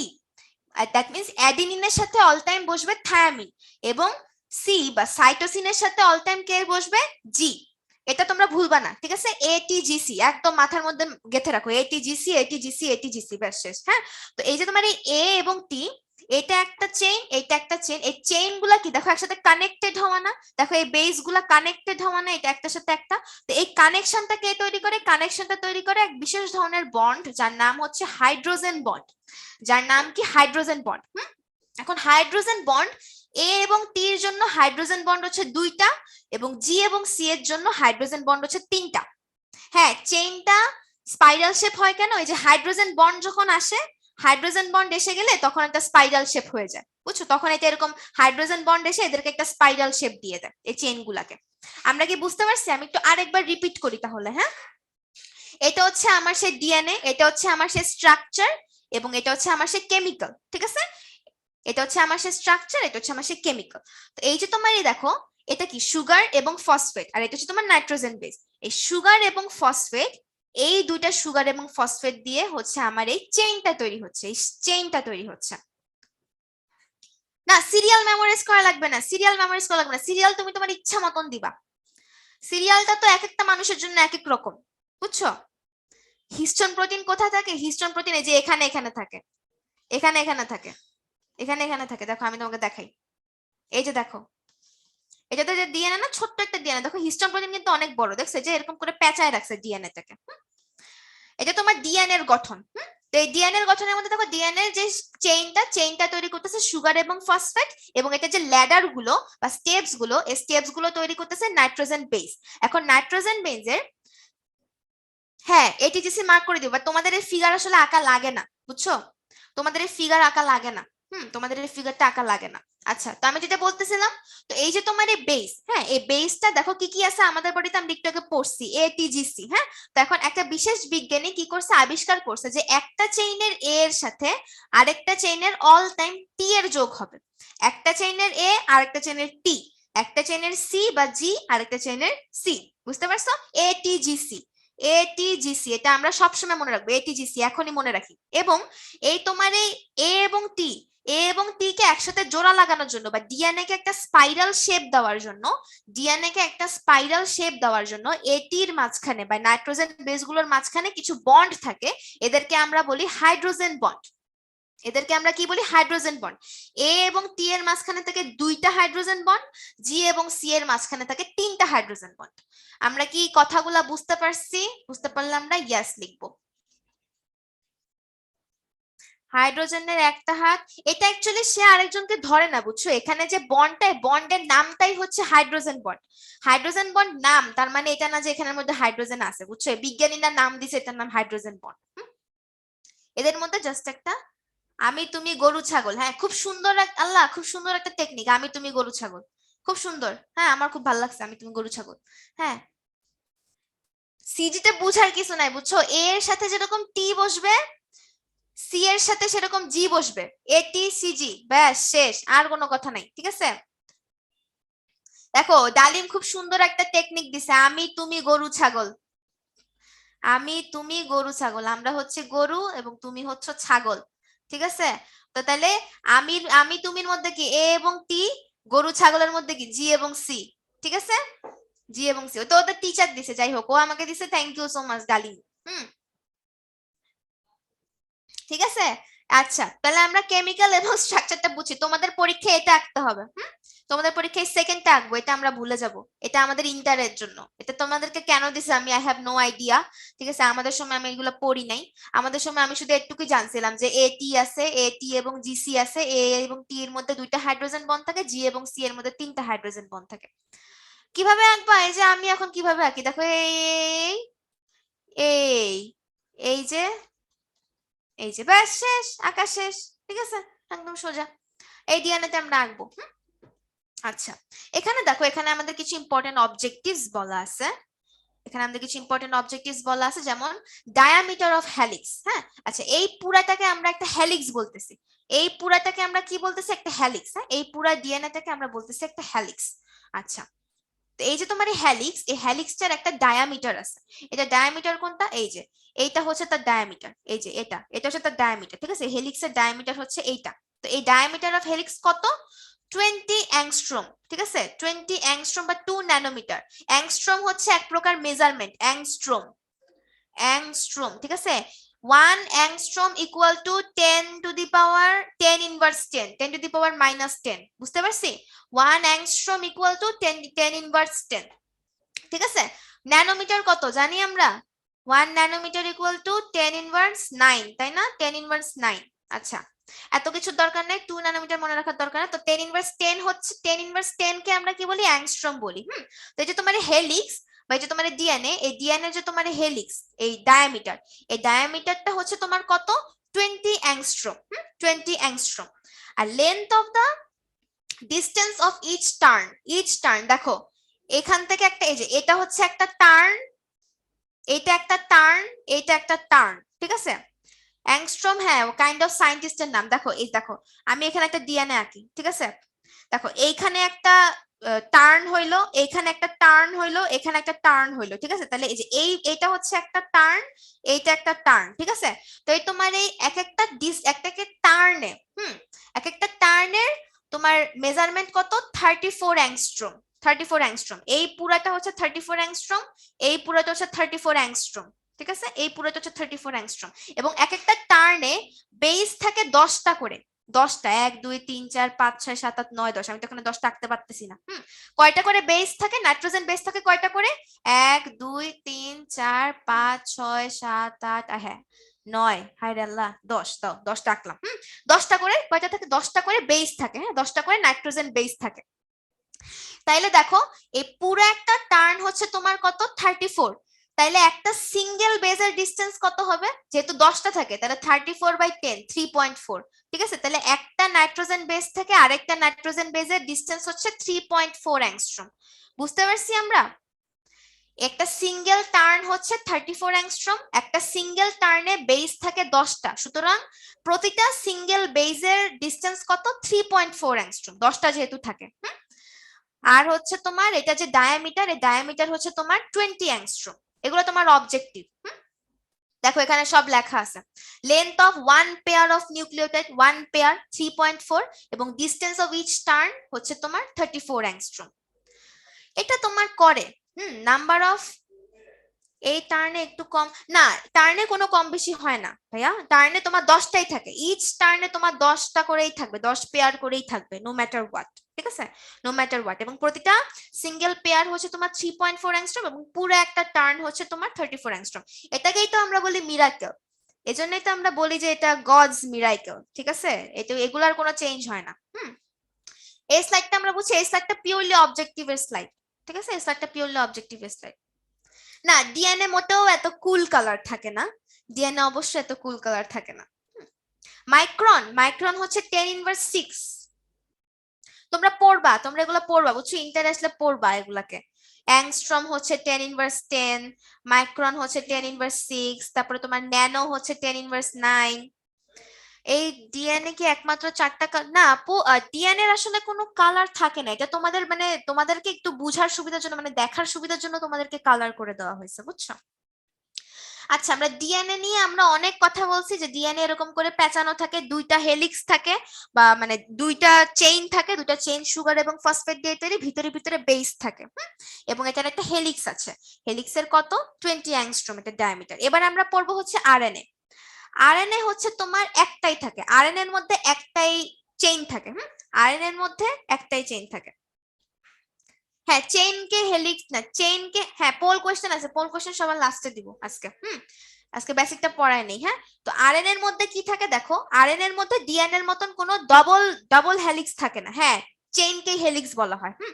আরএনএ এর মধ্যে ডিএনএ এর মতন ডবল হেলিক্স থাকে না, আরএনএ এর মধ্যে জাস্ট একটা সিঙ্গেল চেইন থাকে। ওই সিঙ্গেল চেইনের মধ্যে তোমার জাস্ট এই এই চেইনটা কে তৈরি করে, সুগার এন্ড ফসফেট, তাই না? সুগার এন্ড ফসফেট ওই ডিএনএ এর মতনই চেইনটা তৈরি করে সুগার এন্ড ফসফেট, আর তার মাঝখানে মাঝখানে থাকে তার মাঝখানে মাঝখানে থাকে নাইট্রোজেন বেস, জাস্ট এভাবে এভাবে সাজানো থাকে। জাস্ট একটা ডিফারেন্স থাকে, আমরা একটু আগে পড়ছিলাম যে আরএনএ তে থায়ামিনটা থাকে না, থায়ামিনের বদলে কে থাকে, ইউরাসিল থাকে। থায়ামিনের বদলে ইউরাসিল থাকে। এই যে এটা হচ্ছে একটা আরএনএ, আমি জাস্ট এঁকে দিলাম, ঠিক আছে? আমার খালি বারবার টি আসে, টি তো থাকি না। আমাদের কেন আরএনএ না হয়? কে বলছে আমাদের বডিতে আরএনএ নাই? আমাদের বডিতে তো আরএনএ আছে, কিন্তু আমরা মেইনলি মানে আমার বডির যে হেরিডিটারি মেকানিজম, আমার বডির হেরিডিটিটা মেইনটেইন করে মেইনলি ডিএনএ। বাট অনুন্নত প্রাণী যারা, আমরা কি বেশি জটিল না? তো ডিএনএ বেশি কমপ্লেক্স না? আমরা যেহেতু কমপ্লেক্স, তাই আমাদের বডিতেও কমপ্লেক্সিটি বেশি, তাই আমাদের বডির হেরিডিটারি মেকানিজম গুলো কন্ট্রোল করে ডিএনএ। বাট আমাদের বডিতেও আরএনএ আছে, এটা আমরা নেক্সট ক্লাসে পড়বো। আরএনএ আমাদের বডিতে কি করে, আচ্ছা নেক্সট ক্লাসে পড়া, বাট এখনই বলে দিচ্ছি তোমাদেরকে। আচ্ছা, তো আরএনএ তে বুঝছি তো, তাই না? আরএনএ বুঝতে পারছি না? আরএনএ স্ট্রাকচার বুঝতে পারছি? আচ্ছা, বুঝতে পারলে এবার আমি তোমাকে আরএনএ ফাংশনটা বলি। বলতেছি আরএনএ ফাংশনটা কি। আচ্ছা, ডিএনএ, আরএনএ এবং প্রোটিন সবগুলোর ফাংশনই বলতেছি। আমাদের বডিতে একটা জিনিস মনে রাখবা, যা কিছু হচ্ছে আমার বডিতে, যা কিছু হচ্ছে সব হচ্ছে কি দিয়ে, প্রোটিন দিয়ে, ঠিক আছে? যা কিছু হচ্ছে সব হচ্ছে প্রোটিন দিয়ে। আচ্ছা, ধরে নাও তুমি তোমার হাতের মধ্যে ছুরি দিয়ে কাটলা, কিংবা তোমার হাতটা ছিলে গেল, সামহাও তোমার হাতের চামড়াটা ছিলে গেল। তোমার এই যে তোমার হাত, একটু মনোযোগ দাও, টাইম আছে যেহেতু আমরা একটু বুঝাই দিই। ধরো তোমার হাত, এই হাতের মধ্যে তোমার এই জায়গার মধ্যে একটা ইনজুরি হইলো, ইনজুরি হওয়ার কারণে তোমার এখানে চামড়াটা ছিলে গেল। এখন তুমি তোমার এই চামড়াটাকে আবার ঠিক করবা, তুমি তোমার এই স্কিনটাকে আবার রিপেয়ার করবা। এই স্কিনটা রিপেয়ার কিভাবে হয় জানো? তোমার এই জায়গাতে, তোমার এই হাতের এই জায়গাতে যে সেলগুলো আছে না, ধরে নেই এটা হচ্ছে তোমার হাতের একটা সেল। তোমার হাতের একটা সেল, এই হাতের সেলগুলোর ভিতরে কি আছে, নিউক্লিয়াস আছে। এই নিউক্লিয়াসের ভিতরে কি আছে, তোমার ক্রোমোজোম আছে। ক্রোমোজোমের ভিতরে কি আছে, ডিএনএ আছে, তাই না? ক্রোমোজোমের ভিতরে আছে ডিএনএ। তো তোমার হাতের এই পোর্শনটা যখন কোনো ইনজুরি হয়ে ছিলে গেল, তোমার এই হাতের অ্যাসোসিয়েটেড যে সেলগুলো, সে সেলগুলো যে ডিএনএ গুলো, সেই ডিএনএ গুলো কি করবে, একটা নির্দেশ দিবে। ব্যাপারটা হচ্ছে কি, তোমাকে আমি একটু দেখাই। ধরে নাও আমাদের হেড কে, বাংলাদেশের প্রধানমন্ত্রী, তাই না? আমাদের হেড হচ্ছে প্রধানমন্ত্রী। হ্যাঁ, তো প্রধানমন্ত্রী কি করে, ধরো প্রধানমন্ত্রী হুট করে ডিসিশন নিল যে তোমার ক্লাস 10 এর পরে আর কোনো এসএসসি থাকবে না, ক্লাস 10 এ কোনো এসএসসি থাকবে না, এসএসসি ক্যান্সেল, এখন থেকে এসএসসি প্রথা ক্যান্সেল। এটা প্রধানমন্ত্রী হুট করে ডিসিশন নিল, হুট করে প্রধানমন্ত্রী এটা ডিসিশন নিল। এখন প্রধানমন্ত্রী এটা ডিসিশন নিলেই তো হবে না, এই জিনিসটাকে তো বাস্তবায়ন করা লাগবে, তাই না? তো প্রধানমন্ত্রী কি করে, ওর এই যে উনি যে ডিসিশনটা নিল, ডিসিশনটা উনি কি করে, এডুকেশন মিনিস্ট্রিতে জানায়।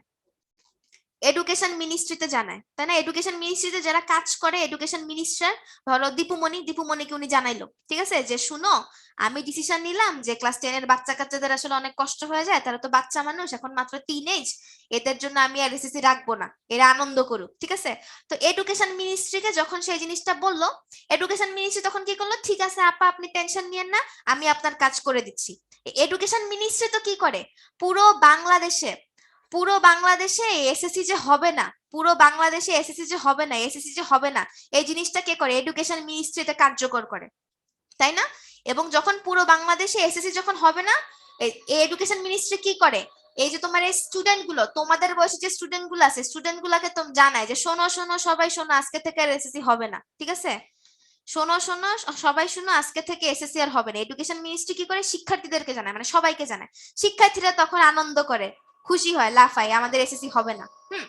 আমার বাড়িতে সেম জিনিসটা হয়। কিভাবে হয়, আমার বাড়িতে যখন কোনো কাজ করা লাগে, যেমন আমার এই হাতের মধ্যে আমি নতুন স্কিন আনাবো, কারণ আমার এখানে স্কিন ইনজুরি হয়েছে, তখন কি হয়, আমার এই ডিএনএ হচ্ছে প্রধানমন্ত্রী, ঠিক আছে, আমার এই ডিএনএ কি করে, একটা নির্দেশ দেয় যে আমার এখানে কিছু স্কিন নষ্ট হয়ে গেছে, এই স্কিনটা তুমি ঠিক করো। এই ডিএনএ কি করে একটা, এই যে তোমার ডিএনএ, ঠিক আছে, ধরো এটা হচ্ছে তোমার ডিএনএ, এই ডিএনএ এর মধ্যে বেস সিকোয়েন্স আছে না, সে বেস সিকোয়েন্সের ভিতরে নির্দেশগুলো লুকানো থাকে, ঠিক আছে, নির্দেশগুলো লুকানো থাকে। এই বেস সিকোয়েন্স গুলো বা এই নির্দেশটা কনভার্ট হয় আরএনএ তে। আমাদের বডিতে আরএনএ অনেক টাইপের আছে, তো এই যে তোমার ডিএনএ যে নির্দেশটা, যে আমার স্কিনটা আমি ঠিক করব, এই নির্দেশটা ডিএনএ কার কাছে পাঠায়, আরএনএ এর কাছে পাঠায়। আরএনএ তখন কি করে, আরএনএ তখন এই স্কিনের আশেপাশে যে রাইবোজোম গুলো আছে না, এই রাইবোজোম গুলাকে বলে যে দেখো দেখো আমাদের ডিএনএ বলছে যে এই জায়গার স্কিন নষ্ট হয়ে গেছে, স্কিনটা ঠিক করো। এই রাইবোজোম তখন কি করে, একটা প্রোটিন তৈরি করে, সেই প্রোটিন দিয়ে আমার স্কিনটা ঠিক হয়। বুঝতে পারছো? এই ডিএনএ হচ্ছে আমার প্রধানমন্ত্রী, আরএনএ হচ্ছে আমার এডুকেশন মিনিস্টার বা দীপুমণি, ঠিক আছে। এই রাইবোজোম গুলো হচ্ছে তোমার এই যে সেলের আশেপাশে রাইবোজোম গুলো হচ্ছে তোমরা শিক্ষার্থীরা, আর এই যে এসএসসি এটা হচ্ছে আমার সেই নতুন স্কিন। আমি একসাথে পুরাটাকে বলে দিলাম যে আমার বডিতে যত কাজ হচ্ছে, যা কিছু হচ্ছে, সবকিছু এইভাবে হচ্ছে। আমার আরএনএ নির্দেশ দিচ্ছে এমআরএনএ কে, আমার এমআরএনএ নিয়ে যাচ্ছে রাইবোজোমের কাছে এই নির্দেশগুলো। ব্রেইন, ওই তো ব্রেইনের মধ্যেই তো হইতেছে, ঠিক আছে, ব্রেইনের মধ্যে কি আছে, নিউরন আছে না, নিউরনের মধ্যে কি আছে, ডিএনএ আছে না, ঠিক আছে। আমার বডিতে তারপরে ধরো এই যে আমি তোমাকে দেখাই, এই যে তুমি একটা বিরিয়ানি খাইলা, ঠিক আছে, বিরিয়ানি খাওয়ার পরে তোমার স্টোমাকের মধ্যে কি রিলিজ হয়, হাইড্রোক্লোরিক অ্যাসিড রিলিজ হয় না, তারপরে তোমার বিভিন্ন ধরনের এনজাইম রিলিজ হয় না, ট্রিপসিন, লাইপেজ, অ্যামাইলেজ। এনজাইম গুলা কি এক প্রকার প্রোটিন না, এনজাইম গুলা কি এক প্রকার প্রোটিন না, হ্যাঁ। তো এনজাইম গুলা রিলিজটা হয় কিভাবে, আমার যে আমার স্টোমাকের ডিএনএ থেকে নির্দেশ আসে এমআরএনএ এর কাছে, এমআরএনএ তখন ওই স্টোমাকের রাইবোজোম গুলাকে বলে এই আমার খাবার আসছে, তুমি এনজাইম রিলিজ করো। বুঝতে পারছো? আমার বডিতে যত রকমের কাজ সব এভাবে হইতেছে, আমার বডির সব কাজ এভাবে হইতেছে। আমি জানি না তোমরা বুঝতে পারছো কিনা, এটা তোমাদের পড়ার টপিকও না, বাট তোমরা যেহেতু ইন্টারেস্ট নিয়ে জানতে চাইছো যে ফাংশন অফ আরএনএ কি, দ্যাটস ওয়াই আমি বললাম যে আমার বডিতে ডিএনএ এবং আরএনএ এর কাজগুলো এইভাবে করে।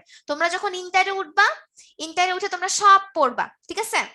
তো এই ডিএনএ থেকে আরএনএ তে নির্দেশ যাওয়াকে আমরা বলি ট্রান্সক্রিপশন ইন্টারে পড়বা, একদম সব পড়বা, ঠিক আছে, বেঁচে থাকলে আমি পড়াবো তোমাদেরকে। আর আরএনএ থেকে প্রোটিন তৈরি হয়, সেটাকে আমরা বলি ট্রান্সলেশন। চিকন কালি দিয়ে লিখবো, আচ্ছা ঠিক আছে যাও, সেটাকে আমরা কি বলি, ট্রান্সলেশন। তাহলে ডিএনএ থেকে আরএনএ হলে আমরা বলি ট্রান্সক্রিপশন, আর আরএনএ থেকে সেই নির্দেশটা প্রোটিন হয়ে তৈরি হওয়াকে আমরা বলি ট্রান্সলেশন। এগুলো তোমরা ইন্টারে পড়বা। এখন আনন্দ করেন, এই যে বললাম এখন চিল করেন, প্রধানমন্ত্রী আর কয়েকদিন পরে নির্দেশ দিলে আমাকে থ্যাংক ইউ বললেন, ঠিক আছে, আমি তো বানায় বলছি তারপর। আচ্ছা, এটা তোমাদের অবজেক্টিভের জন্য, এইটা তোমাদের পুরোপুরি অবজেক্টিভের জন্য, যে তোমার ডিএনএ এবং আরএনএ ডিফারেন্স, সরি অবজেক্টিভ না, কি বলি পাগল হয়ে গেছি, রিটেনের জন্য, রিটেন হয়ে গেছে, রিটেনের জন্য খুবই খুবই ইম্পর্টেন্ট। হ্যাঁ, যেটা দেখো তোমরা নিজেরাই পারবা, আমরা একটু আগে ডিএনএ আরএনএ পড়ছি, তাহলে তোমরাও পারবা। ডিএনএ থ্রেড কয়টা, ডাবল, আরএনএ থ্রেড কয়টা? সিঙ্গেল, তাই না? ডিএনএ তে ডাবল চেইন থাকে, আরএনএ তে সিঙ্গেল চেইন থাকে। ডিএনএ তে নাইট্রোজেন বেস কি? আমি তুমি গরু ছাগল। আর তোমার আরএনএ তে কি? আরএনএ তে হচ্ছে আমি তুমি গরু এবং ছাতা, আমব্রেলা, ঠিক আছে? আমি তুমি গরু এবং আমব্রেলা, যাও। আর এবারে তোমার এই হাইড্রোজেন বন্ড তোমার ডিএনএ তে প্রেজেন্ট থাকে, আচ্ছা আরএনএ তে কিন্তু অ্যাবসেন্ট থাকে, কারণ আরএনএ তে কিন্তু দেখো, আরএনএ তে কিন্তু তোমার মানে তোমার এই যে এরকম করে দুইটা পাশাপাশি নাইট্রোজেন বেজের তোমার জোড়া লাগানো লাগে না, দ্যাটস ওয়াই আরএনএ তে কোনো হাইড্রোজেন বন্ডও থাকে না। আর carbohydrate, that means sugar, carbohydrate কি থাকে ডিএনএ তে? ডিঅক্সিরাইবোজ থাকে। আর হচ্ছে তোমার আরএনএ তে থাকে কি? রাইবোজ থাকে। আর ডিএনএ টা মেইনলি পাওয়া যায় অ্যানিমেলসে, আর আরএনএ টা মেইনলি পাওয়া যায় প্ল্যান্টসে, কারণ অ্যানিমেলটা একটু বেশি উন্নত। আমি তুমি ইউনিক ছাগল, দেখো আব্দুর রহমান আরো ভালো ইয়া দিছে, ঠিক আছে? আচ্ছা, এবার আসে the role of chromosome, DNA আর RNA in determination of heredity. আমরা অলরেডি মানে এতক্ষণ ধরে পড়তে মুখ দিয়ে ফেনা তৈরি হয়ে গেছে, ঠিক আছে? যে তোমার এই ক্রোমোজোমের ভিতরে থাকে ডিএনএ এবং আরএনএ। এই ডিএনএ এবং আরএনএ গুলাই হচ্ছে তোমার এই যে জিন গুলা বহন করে। তো মা বাবার একটা স্পার্ম, আর মায়ের হচ্ছে তোমার ওভাম, ঠিক আছে? আমরা নেক্সট ক্লাসে আমরা যখন জিন পড়বো, জিন আমাদের বডিতে আছে দুই রকমের, একটাকে আমরা বলি ডমিনেন্ট জিন, আরেকটাকে আমরা বলি রিসেসিভ জিন। আমি তোমাদেরকে এগুলো পড়াইছিলাম, তোমাদের কি মনে আছে? আমি কি তোমাদেরকে পড়াইছি? ডমিনেন্ট জিন হচ্ছে যারা হচ্ছে তোমার মানে যেই সব জিন গুলা বা যেসব ক্যারেক্টারিস্টিক্স গুলা একটা বাচ্চার মধ্যে তোমার এক্সপোজ হচ্ছে, এক্সটার্নালি এক্সপোজ হচ্ছে। যেমন ধরো তোমার বাবা হচ্ছে শ্যামলা বা তোমার আম্মু হচ্ছে ফর্সা, ঠিক আছে? তুমি হইছো ফর্সা, ঠিক আছে? তাইলে তোমার জন্য ফর্সা হচ্ছে ডমিনেন্ট জিন, আর তোমার শ্যামলা জিনটা হচ্ছে রিসেসিভ জিন, ঠিক আছে? আচ্ছা, জিন আমাদের বডিতে একসাথে থাকে, এভাবে এরকম জোড়ায় জোড়ায় থাকে, ডাবল থাকে, একটা আসে বাবা থেকে, একটা আসে মা থেকে। একটা আসে বাবা থেকে, একটা আসে মা থেকে। তো তোমার ডমিনেন্ট জিন যেগুলো ডমিনেন্ট কি করে? ডমিনেন্ট করে, ঠিক আছে? ডমিনেন্ট জিনদেরকে আমরা ক্যাপিটাল লেটারে প্রকাশ করি, এগুলো আজকের পড়া, এগুলো কালকের পড়া। আর রিসেসিভ জিনকে আমরা স্মল লেটার দিয়ে প্রকাশ করি। ডমিনেন্ট জিন আর রিসেসিভ জিন দুইটা একসাথে থাকলেও ওখানের মধ্যে ডমিনেন্ট ক্যারেক্টারিস্টিক্সই আসবে। রিসেসিভ ক্যারেক্টার তখনই আসবে যখন দুইটাতেই রিসেসিভ থাকে, সেটা। হ্যাঁ, বাবা মা দুজনেই ফর্সা হইলে চাইল্ড কালো হইতে পারে, যদি ধরো ওই ফ্যামিলিতে হচ্ছে তোমার ফর্সা জিনটা হচ্ছে ডমিনেন্ট, আর কালোর জিনটা হচ্ছে তোমার রিসেসিভ, ঠিক আছে? তো ধরো বাবার জিন ছিল টি, বড় হাতের টি এবং স্মল টি, মায়েরও ছিল বড় হাতের টি এবং স্মল টি। একটা বড় হাতের টি, একটা ডমিনেন্ট একটা রিসেসিভ থাকলেও ওটা ফর্সাই হয়, বুঝতে পারছো? একটা ডমিনেন্ট আর একটা রিসেসিভ থাকলেও ফর্সা হয়, তাহলে বাবাও ফর্সা হইলো, মাও ফর্সা হইলো। কিন্তু এই দুইটা থেকে যখন বাচ্চা হবে, কোনো কারণে যদি বাচ্চার জন্য যদি স্মল টি হয়ে যায়, তখন যে বাচ্চা কালো হবে, বুঝছো? মানে রিসেসিভ ক্যারেক্টারটা শুধুমাত্র ডবল টি, মানে যখন দুইটাই স্মল, শুধুমাত্র তখন রিসেসিভটা আসে। যখন দুইটাই বড় হাতের তখনও ডমিনেন্ট ক্যারেক্টারই আসে, যখন একটা ডমিনেন্ট একটা রিসেসিভ তখনও ডমিনেন্ট ক্যারেক্টারটাই আসে, এক্সপোজ হয়। যদি পুরো 14 গোষ্ঠী ফর্সা হয় তাহলে মেয়ে কালো হইতে পারে না, ঠিক আছে? হ্যাঁ, বাচ্চা কালো হওয়ার চান্স 1/4, রিসেসিভ হওয়ার চান্স 1/4 অল টাইম, আর ডমিনেন্ট হওয়ার চান্স 3/4। তোমরা অনেক সময় দেখবা যে ভাই বোন সবগুলা লম্বা, শুধু একটা হয়ে গেছে খাটো, কেমনে জানি। কিংবা ভাই বোন সবগুলা কালো, একটা হয়ে গেছে ফর্সা, ভাই বোন সবগুলা ফর্সা, একটা হয়ে গেছে কালো, বুঝছো? রিসেসিভ গুলা শুধুমাত্র যখন থাকে তখন হয়। মোটা হওয়ার কারণ জিন না, মোটা হওয়ার কারণ আপনার ডায়েট, বুঝছেন? আপনি যত বিরিয়ানি খাবেন তত বেশি হবে। সবার শেষেরটা না, এটা তোমার ডিপেন্ড করে, এটা আল্লাহ দেয়, বুঝছো? মানে ডমিনেন্ট না, পরে হইতে পারে না। ডমিনেন্ট রিসেসিভ এগুলা যখন তোমার জাইগোট তৈরি হয় তখন সব ডিসিশন হয়ে যায়, জাইগোট যখন তৈরি হয়, ঠিক আছে? নেক্সট ক্লাসে পড়বো ইনশাল্লাহ। আসো তো আমরা তোমার এই যে তোমার তাহলে ডিএনএ আরএনএ, বুঝতে পারছো? এই জিনের জিনিসগুলা দিয়ে হচ্ছে তোমার এরকম হেরিডিটারি মেকানিজম গুলা করে। এখানে জাস্ট একটা, আচ্ছা আমরা সবসময় মনে রাখবো প্ল্যান্ট, হ্যাঁ প্ল্যান্ট যেহেতু কি প্ল্যান্ট বেশি উন্নত নাকি অ্যানিমেল বেশি উন্নত? অবভিয়াসলি অ্যানিমেল বেশি উন্নত। তাহলে অ্যানিমেলের মধ্যে হচ্ছে তোমার ডিএনএ থাকে, আর প্ল্যান্টের মধ্যে থাকে হচ্ছে তোমার RNA. Mosaic virus of tobacco কি একটা প্ল্যান্ট না? তাহলে মোজাইক ভাইরাস অফ টোবাকো বা টোবাকো মোজাইক ভাইরাস হচ্ছে এক প্রকার আরএনএ ভাইরাস, এর মধ্যে আরএনএ থাকে। টুইন বেবি আমি গতকালকে বলছিলাম, মানে আগের ক্লাসে বলছিলাম, আপনি শুনেন নাই, না শুনলে এখন আমার কিছু করার নাই। টুইন বেবি আজকের পড়া না আপু, টুইন বেবি আজকে, আচ্ছা আমি তোমাকে তাও বলে দিই।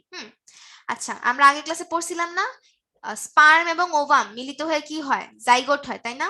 জাইগোট হয়। একটা জাইগোটের মধ্যে অনেকগুলা ভাগ হয়, তাই না? প্রথমবার 2 ভাগ সেল ডিভিশন হয়, এরপরে 4টা সেল ডিভিশন হয়, এরপরে 8টা হয়, 8টা থেকে 16টা হয়, 16টাকে আমরা বলি মরুলা। আগের ক্লাসে আমরা পড়ছিলাম। এই সাউন্ড কমানো লাগবে না, আমি কি এত কিছু বলবো নাকি? তোমার এই জাইগোট থেকে যখন ফার্স্টে 2 সেল স্টেজে থাকে, 2 সেল স্টেজ, এই 2 সেল থেকে আলটিমেটলি 4 সেল হয়, 4 সেল থেকে 8 সেল। তো 2 সেল স্টেজে থাকলে দুইটা সেল কি করে, আলাদা হয়ে যায়, আলাদা হয়ে এরা তখন আবার 2 সেল করে, আবার 4 সেল করে, আবার 8 সেল করে তারা দুইটা আলাদা আলাদা বাচ্চা জন্ম দেয়, এদেরকে আমরা বলি আইডেন্টিক্যাল টুইনস। আর নন আইডেন্টিক্যাল টুইনস এর জন্য হয় কি, মায়ের বডিতে অ্যাবনরমালি 2টা ওভাম থাকে এবং 2টা স্পার্ম যে 2টা ওভামকে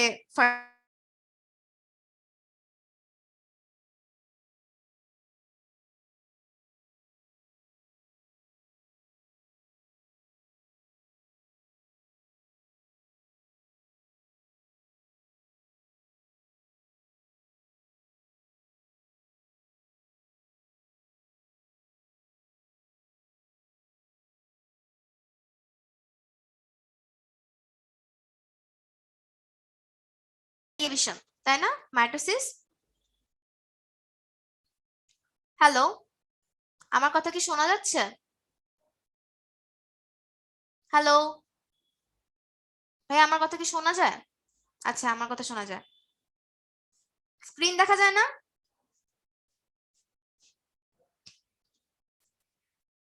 আচ্ছা, স্ক্রিন দেখা যায়, তাহলে আসো আমরা ডিএনএ রেপ্লিকেশন পড়ি, ঠিক আছে? আচ্ছা, নেটের সমস্যা, হ্যাঁ অফিসের নেটের সমস্যা ছিল। তো তোমার এই যে ডিএনএ রেপ্লিকেশন মানে কি, কপি করা, ঠিক আছে? কপি করা। ডিএনএ রেপ্লিকেশন মানে কি, ডিএনএ কপি করা, মানে একটা ডিএনএ থেকে হুবহু এক্স্যাক্টলি আরেকটা ডিএনএ তৈরি হওয়া। তো এই ডিএনএ তে কেন তৈরি হয়? আমরা মাইটোসিস নাম শুনছি না? মাইটোসিস কি, এক প্রকার সেল ডিভিশন, তাই না?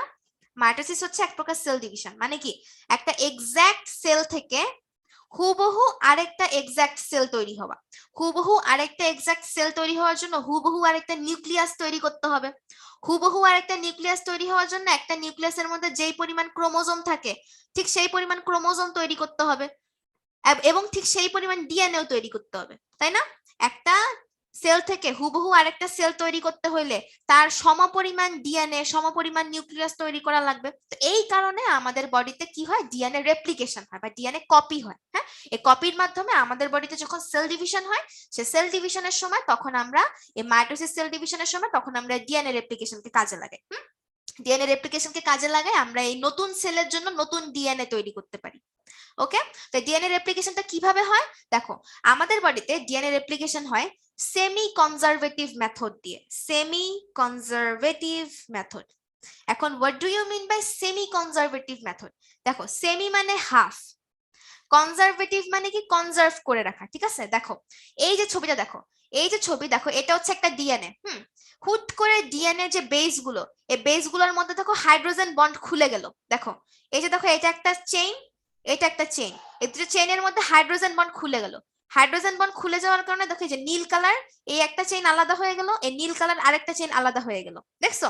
এবং এবং তখন এই যে তোমার এই যে এই বরাবর যে বেস গুলো ছিল, আমি যদি এখানে একটা ছবি আঁকি, দেখো ছবি এঁকে বুঝাই তাহলে তোমরা বুঝবা। হ্যাঁ, সেমি কনজারভেটিভ কেন বলো আমি একটু বুঝাই। এইটা হচ্ছে ধরো তোমার একটা ডিএনএ ছিল, এগুলো হচ্ছে তার বেস। হ্যাঁ, তো বেজের মধ্যে হাইড্রোজেন বন্ড খুলে গেল, বেজের মধ্যে হাইড্রোজেন বন্ডটা খুলে গেল, ঠিক আছে?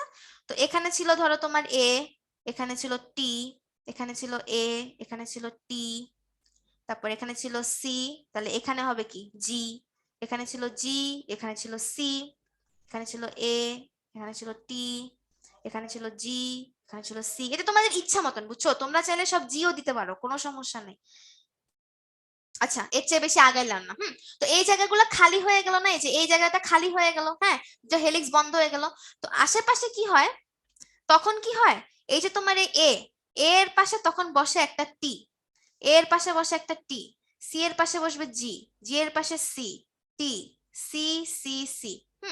তখন কি হয়, যে তোমার এই রকম করে হ্যাঁ হ্যাঁ মোট কথা হচ্ছে তোমার তখন এই যে এইরকম করে এখানে একটা ডিএনএ তৈরি হয়, আবার এই যে তোমাদের এখানে যে চেইন ছিল এই চেইনের মতন করে আরেকটা চেইন তৈরি হয়, এ এ সি জি এ জি জি জি, ঠিক আছে, এই আরেকটা চেইন তৈরি হয়। তো তোমার আলটিমেটলি পরে এদের মধ্যে হাইড্রোজেন বন্ড হয়, হাইড্রোজেন বন্ড হইলে তখন এরা কি করে একটা স্পাইরাল তৈরি করে ফেলে, এই যে এরকম করে একটা স্পাইরাল তৈরি করে ফেলে।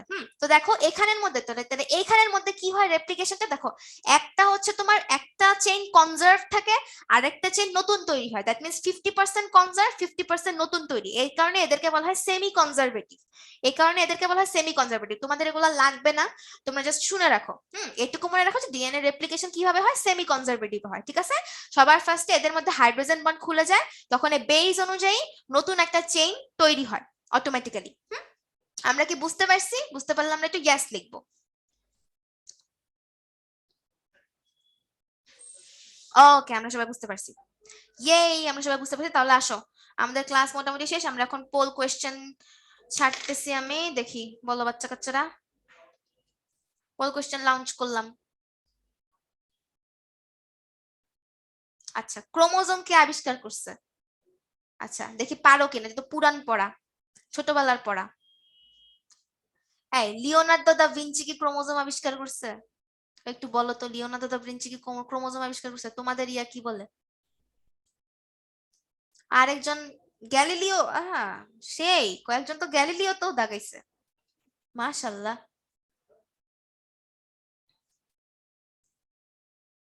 হ্যাঁ ওই যে তাসিন ঠিকই বলছো, জয়নুল আবেদিন করছে। তোমাদের এসব শুনে আমারও ওইটাই বলতে মন চাইতেছে। আচ্ছা 40 সেকেন্ড হয়ে গেছে, পোল এন্ড করে দিচ্ছি। হ্যাঁ, এটা রাইট অ্যান্সার হচ্ছে তোমার স্ট্রেস বার্গার। হ্যাঁ, বিজ্ঞানী স্ট্রেস বার্গার, এটা পুরান কোয়েশ্চেন, তোমার ছোট, তোমাদের জানা উচিত ছিল। আচ্ছা চলে আসি হচ্ছে আমরা আমাদের নেক্সটটা, দেখি অ্যান্সার দেন। এটা না পারলে রে পড়াইতে পড়াইতে মাথা মুথা সব নষ্ট হয়ে যেতেছে।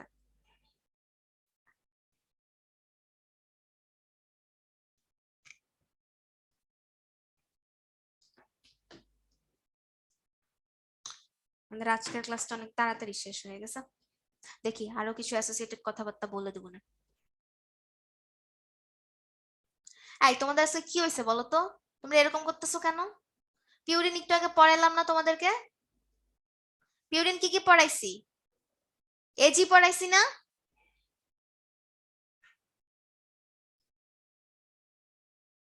সব গরু, আজকে সব গরু এন্ড করলাম। এটা রাইট অ্যান্সার হচ্ছে তোমার গুয়ানিন, ঠিক আছে। থাইমিন ইউরাসিল কারা দিছে সবাইকে মাইর।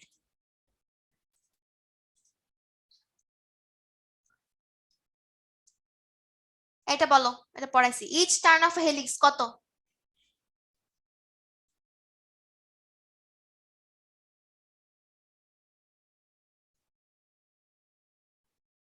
এমবিবিএস এর পরে কি পড়ে বাংলাদেশে? পোস্ট গ্রাজুয়েশন করে ভাইয়া। তুমি যে সাবজেক্টে ক্যারিয়ার করতে চাও সেই সাবজেক্টের মধ্যে পোস্ট গ্রাজুয়েশন করে। অর্ধেক অ্যান্সার দিছো 34 অ্যাংস্ট্রম, অর্ধেক দিছো 3.4 দিছো। কেন রে? Each turn of helix, each turn, এক একটা টার্নে, মানে আর কি বলবো তোমাদের উত্তর বলার জন্য বলো? এনি সাবজেক্টে, হ্যাঁ তুমি তুমি হচ্ছে যেই সাবজেক্টে চাও সেই সাবজেক্টে তুমি এক্সাম দিতে পারো। আমি বিদেশ চলে যাব। আচ্ছা, তোমরা তোমরা আমাকে অনেক ডিসঅ্যাপয়েন্ট করছো, ঠিক আছে। এটা রাইট অ্যান্সার হবে 34। হ্যাঁ, রাইট অ্যান্সার হবে 34। তোমরা 50%-এরও কম অ্যান্সার দিছো, আমি বুঝলাম না কি হয়েছে। Last question. আচ্ছা, এটা শেষ হওয়ার পরে আমরা আরেকবার রিভিশন দিব। পুরো ক্লাসটা আমরা আরেকবার রিভিশন দিব, বিকজ আমাদের কিছু টাইম রয়ে গেছে, আমরা আরো 5 মিনিট এক্সট্রা ক্লাস করব, বিকজ আমাদের মাত্র 8টা 10 বাজে, তো আরো 5 মিনিট করি। যাক, এটাতে মানুষের অপশন ব্ল্যাঙ্ক শুধু একটা দেখা যাচ্ছে, এক্স্যাক্টলি আমি নিজেও দেখতেছি। আমি জানি না যে সমস্যা কি হয়েছে। যাক, যেটা আছে সেটাই দিয়ে দাও, আর কি করবা।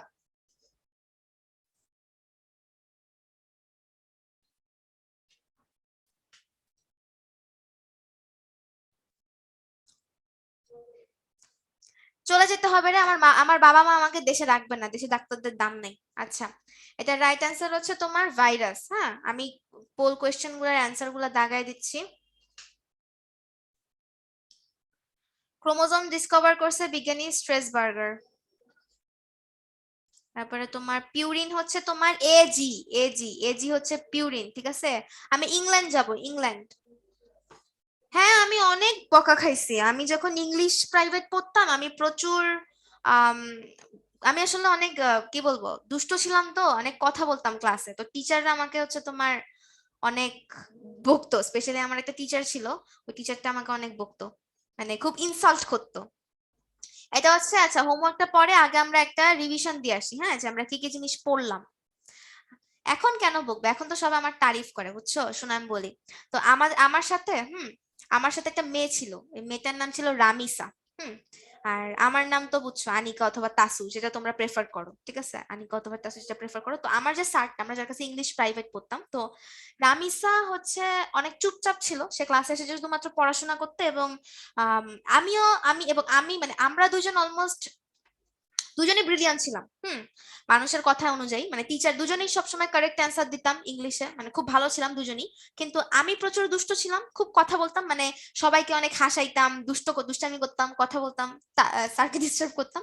রামিসা খুবই মানে শান্তশিষ্ট ছিল, বুঝছো। আমার স্যারের একটা কথা এখনো মনে আছে। স্যার হচ্ছে একদিন আমি এরকম মানে হাসাহাসি করতেছি ফ্রেন্ডদের সাথে, তো স্যার আমাকে হুট করে সবার সামনে আমাকে বললো কি, যে আনিকা শুনো, সমপরিমাণ মেধা থাকা সত্ত্বেও সমপরিমাণ মেধা থাকা সত্ত্বেও রামিসা কিন্তু তোমার চেয়ে অনেক অনেক আগায় যাবে, এবং তুমি কিন্তু যেখানে আছো সেখানেই পড়ে থাকবা। ব্যাপারটা বুঝতে পারছো?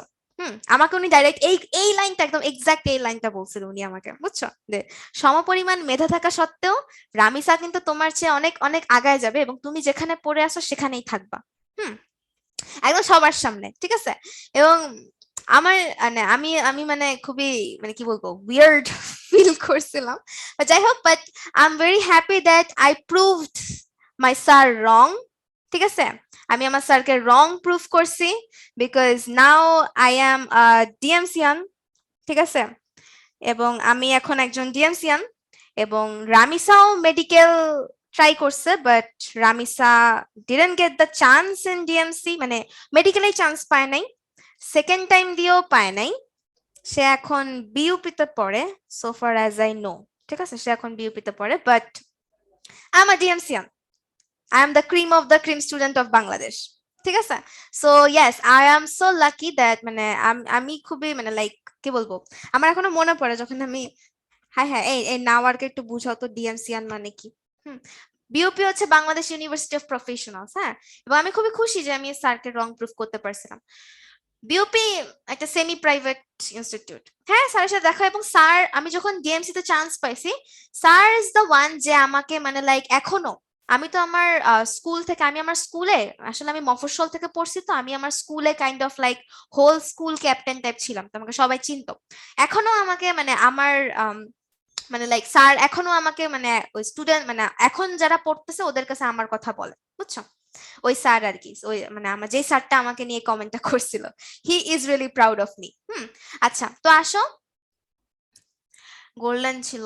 আচ্ছা তো আসো হচ্ছে আমরা পড়ি, তো আমরা পড়ছি আজকে কি কি নিয়ে, হেরিডিটারি জিনিস নিয়ে পড়ছি, যে the process by which the characteristics from parent are inherited to the offspring is called heredity, এবং heredity materials গুলো কি DNA, RNA, chromosomes. Thank you so much Darif, thank you. হ্যাঁ ঠিকই বলছো, ইরাম ঠিক বলছে। আচ্ছা তো গ্রেগার জোহান মেন্ডেলকে কি বলা হয়, ফাদার অফ জেনেটিক্স, হ্যাঁ। আচ্ছা তো হেরিডিটারি মেটালস কি কি আছে আমরা বলছি, এগুলো আমরা সবাই দেখছি। নিউক্লিক অ্যাসিডের পার্টস কি কি, nitrogen base, pentose sugar, phosphate group থাকে। পেন্টোজ সুগার হচ্ছে দুই রকমের থাকে, deoxyribose and ribose. Deoxyribose DNA তে প্রেজেন্ট থাকে, রাইবোজ আরএনএ তে প্রেজেন্ট থাকে, এবং এছাড়াও আমাদের নাইট্রোজেনাস বেস থাকে কি কি, পিউরিন এবং পাইরিমিডিন। পিউরিনের মধ্যে আছে অ্যাডিনিন, গুয়ানিন। পাইরিমিডিনের মধ্যে আছে সাইটোসিন, থায়ামিন, এবং আরএনএ এর ক্ষেত্রে থায়ামিন না থেকে থাকে হচ্ছে ইউরাসিল। নিউক্লিওসাইড আমরা কখন বলি, যখন একটা পেন্টোজ সুগারের সাথে একটা নাইট্রোজেন বেস যুক্ত হয় তখন আমরা এদেরকে বলি নিউক্লিওসাইড, এবং একটা নিউক্লিওসাইডের সাথে যখন একটা ফসফেট যোগ হয় তখন আমরা এদেরকে বলি নিউক্লিওটাইড। এবং নিউক্লিক অ্যাসিড কি, নিউক্লিক অ্যাসিড হচ্ছে এরকম অসংখ্য অসংখ্য নিউক্লিওটাইডের পলিমারেজ বা পলিমার। এটা হচ্ছে তোমার ক্রোমোজোম, এটা হচ্ছে তোমার ডিএনএ। ডিএনএ আমরা অলরেডি বলছি যে তোমার সুগার এবং ফসফেট তৈরি করে হচ্ছে চেইন, এবং তার ভিতরে স্টেপস গুলো তৈরি করে হচ্ছে নাইট্রোজেন বেস, ঠিক আছে, এক একটা সিঙ্গেল টার্ন হচ্ছে 34 অ্যাংস্ট্রম, প্রতিটা সিঙ্গেল টার্নে থাকে 10টা করে নিউক্লিওটাইড এবং ইচ অফ দ্য নিউক্লিওটাইডের ডিসটেন্স হচ্ছে 3.4 অ্যাংস্ট্রম এবং এই হেলিক্সের ডায়ামিটার হচ্ছে 20 অ্যাংস্ট্রম। আরএনএ হচ্ছে তোমার শুধুমাত্র একটা চেইন থাকে এবং একটা চেইনের মধ্যে তোমার নাইট্রোজেন বেসগুলো জাস্ট নরমালি সাজানো থাকে, এর মধ্যে কোনো হিস্টোন বা কোনো রকমের হাইড্রোজেন বন্ড থাকে না। এবং নরমালি তোমার আরএনএ আমরা পাই হচ্ছে প্ল্যান্টস এর মধ্যে এবং ডিএনএ আমরা পাই হচ্ছে অ্যানিমালস এর মধ্যে। Last but not least pole work, এবং এটা হচ্ছে আপনাদের homework. draw and describe the structure of DNA and RNA. যে স্ট্রাকচার আঁকতে বললে তোমরা আরএনএ এর জন্য এই যে এইটা আঁকবা, দাঁড়াও, এইটা আঁকবা, আর ডিএনএ এর জন্য হচ্ছে এইটা আঁকবা, এইটা আঁকবা, ঠিক আছে, এইটা আঁকবা। আচ্ছা ঠিক আছে, তাহলে আমাদের আজকের ক্লাস হচ্ছে তোমার এখান থেকেই। বড় হওয়ার প্রচন্ড ইচ্ছে মানুষকে বড় করে তোলে। And thank you so much আজকের ক্লাসটা মনোযোগ দিয়ে করার জন্য। আশা রাখি বেঁচে থাকলে আবার দেখা হবে নেক্সট ক্লাসে। হোমওয়ার্ক দেখাবো কি করে, আগের দিন দেখাই দিতে হবে নেক্সট ক্লাসে। Thank you so much Snigdha. Okay, thank you so much, আসসালামু আলাইকুম সবাইকে। Thank you for the class. আমরা দুই একটা রিজন নিতে পারি যাদের প্রশ্ন হ্যাঁ হ্যাঁ আছে। হ্যাঁ হ্যাঁ অবশ্যই। সেক্ষেত্রে বলতে তোমাদের যাদের প্রশ্ন আছে তোমরা রিজন করতে পারো অথবা চ্যাট বক্সের মধ্যে প্রশ্ন করতে পারো। ইনশাআল্লাহ কপালে থাকলে নেক্সট উইকে আসবো না।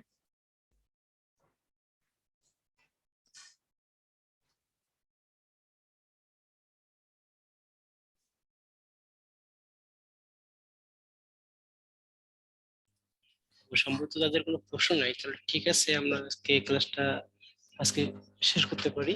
ঠিক আছে। আর আপনি যদি কিছু বলতে চান বলতে পারেন। না ঠিক আছে, তাহলে সবাই ভালো থাকিও, সুস্থ থাকিও, আল্লাহ হাফেজ। ওকে, দেখা হবে ইনশাল্লাহ আবার নেক্সট উইকে, হ্যাঁ যদি থাকে সময়। আসসালামু আলাইকুম সবাইকে। ঠিক আছে ভাই, আমি তাহলে লিভ নিচ্ছি। আচ্ছা, ধন্যবাদ আপনাকে সুন্দরভাবে ক্লাসটি শেষ করে দেওয়ার জন্য। একটু কষ্ট করে পিডিএফটা আপলোড করে দেবেন স্যালারি বৃন্দ। জি জি, আমি এখনই দিচ্ছি। বেশি ক্ষেত্রে বৃন্দ তোমাদের যদি উত্তর সম্পর্কে কোনো প্রশ্ন থাকে চ্যাট বক্সে জানাতে পারেন।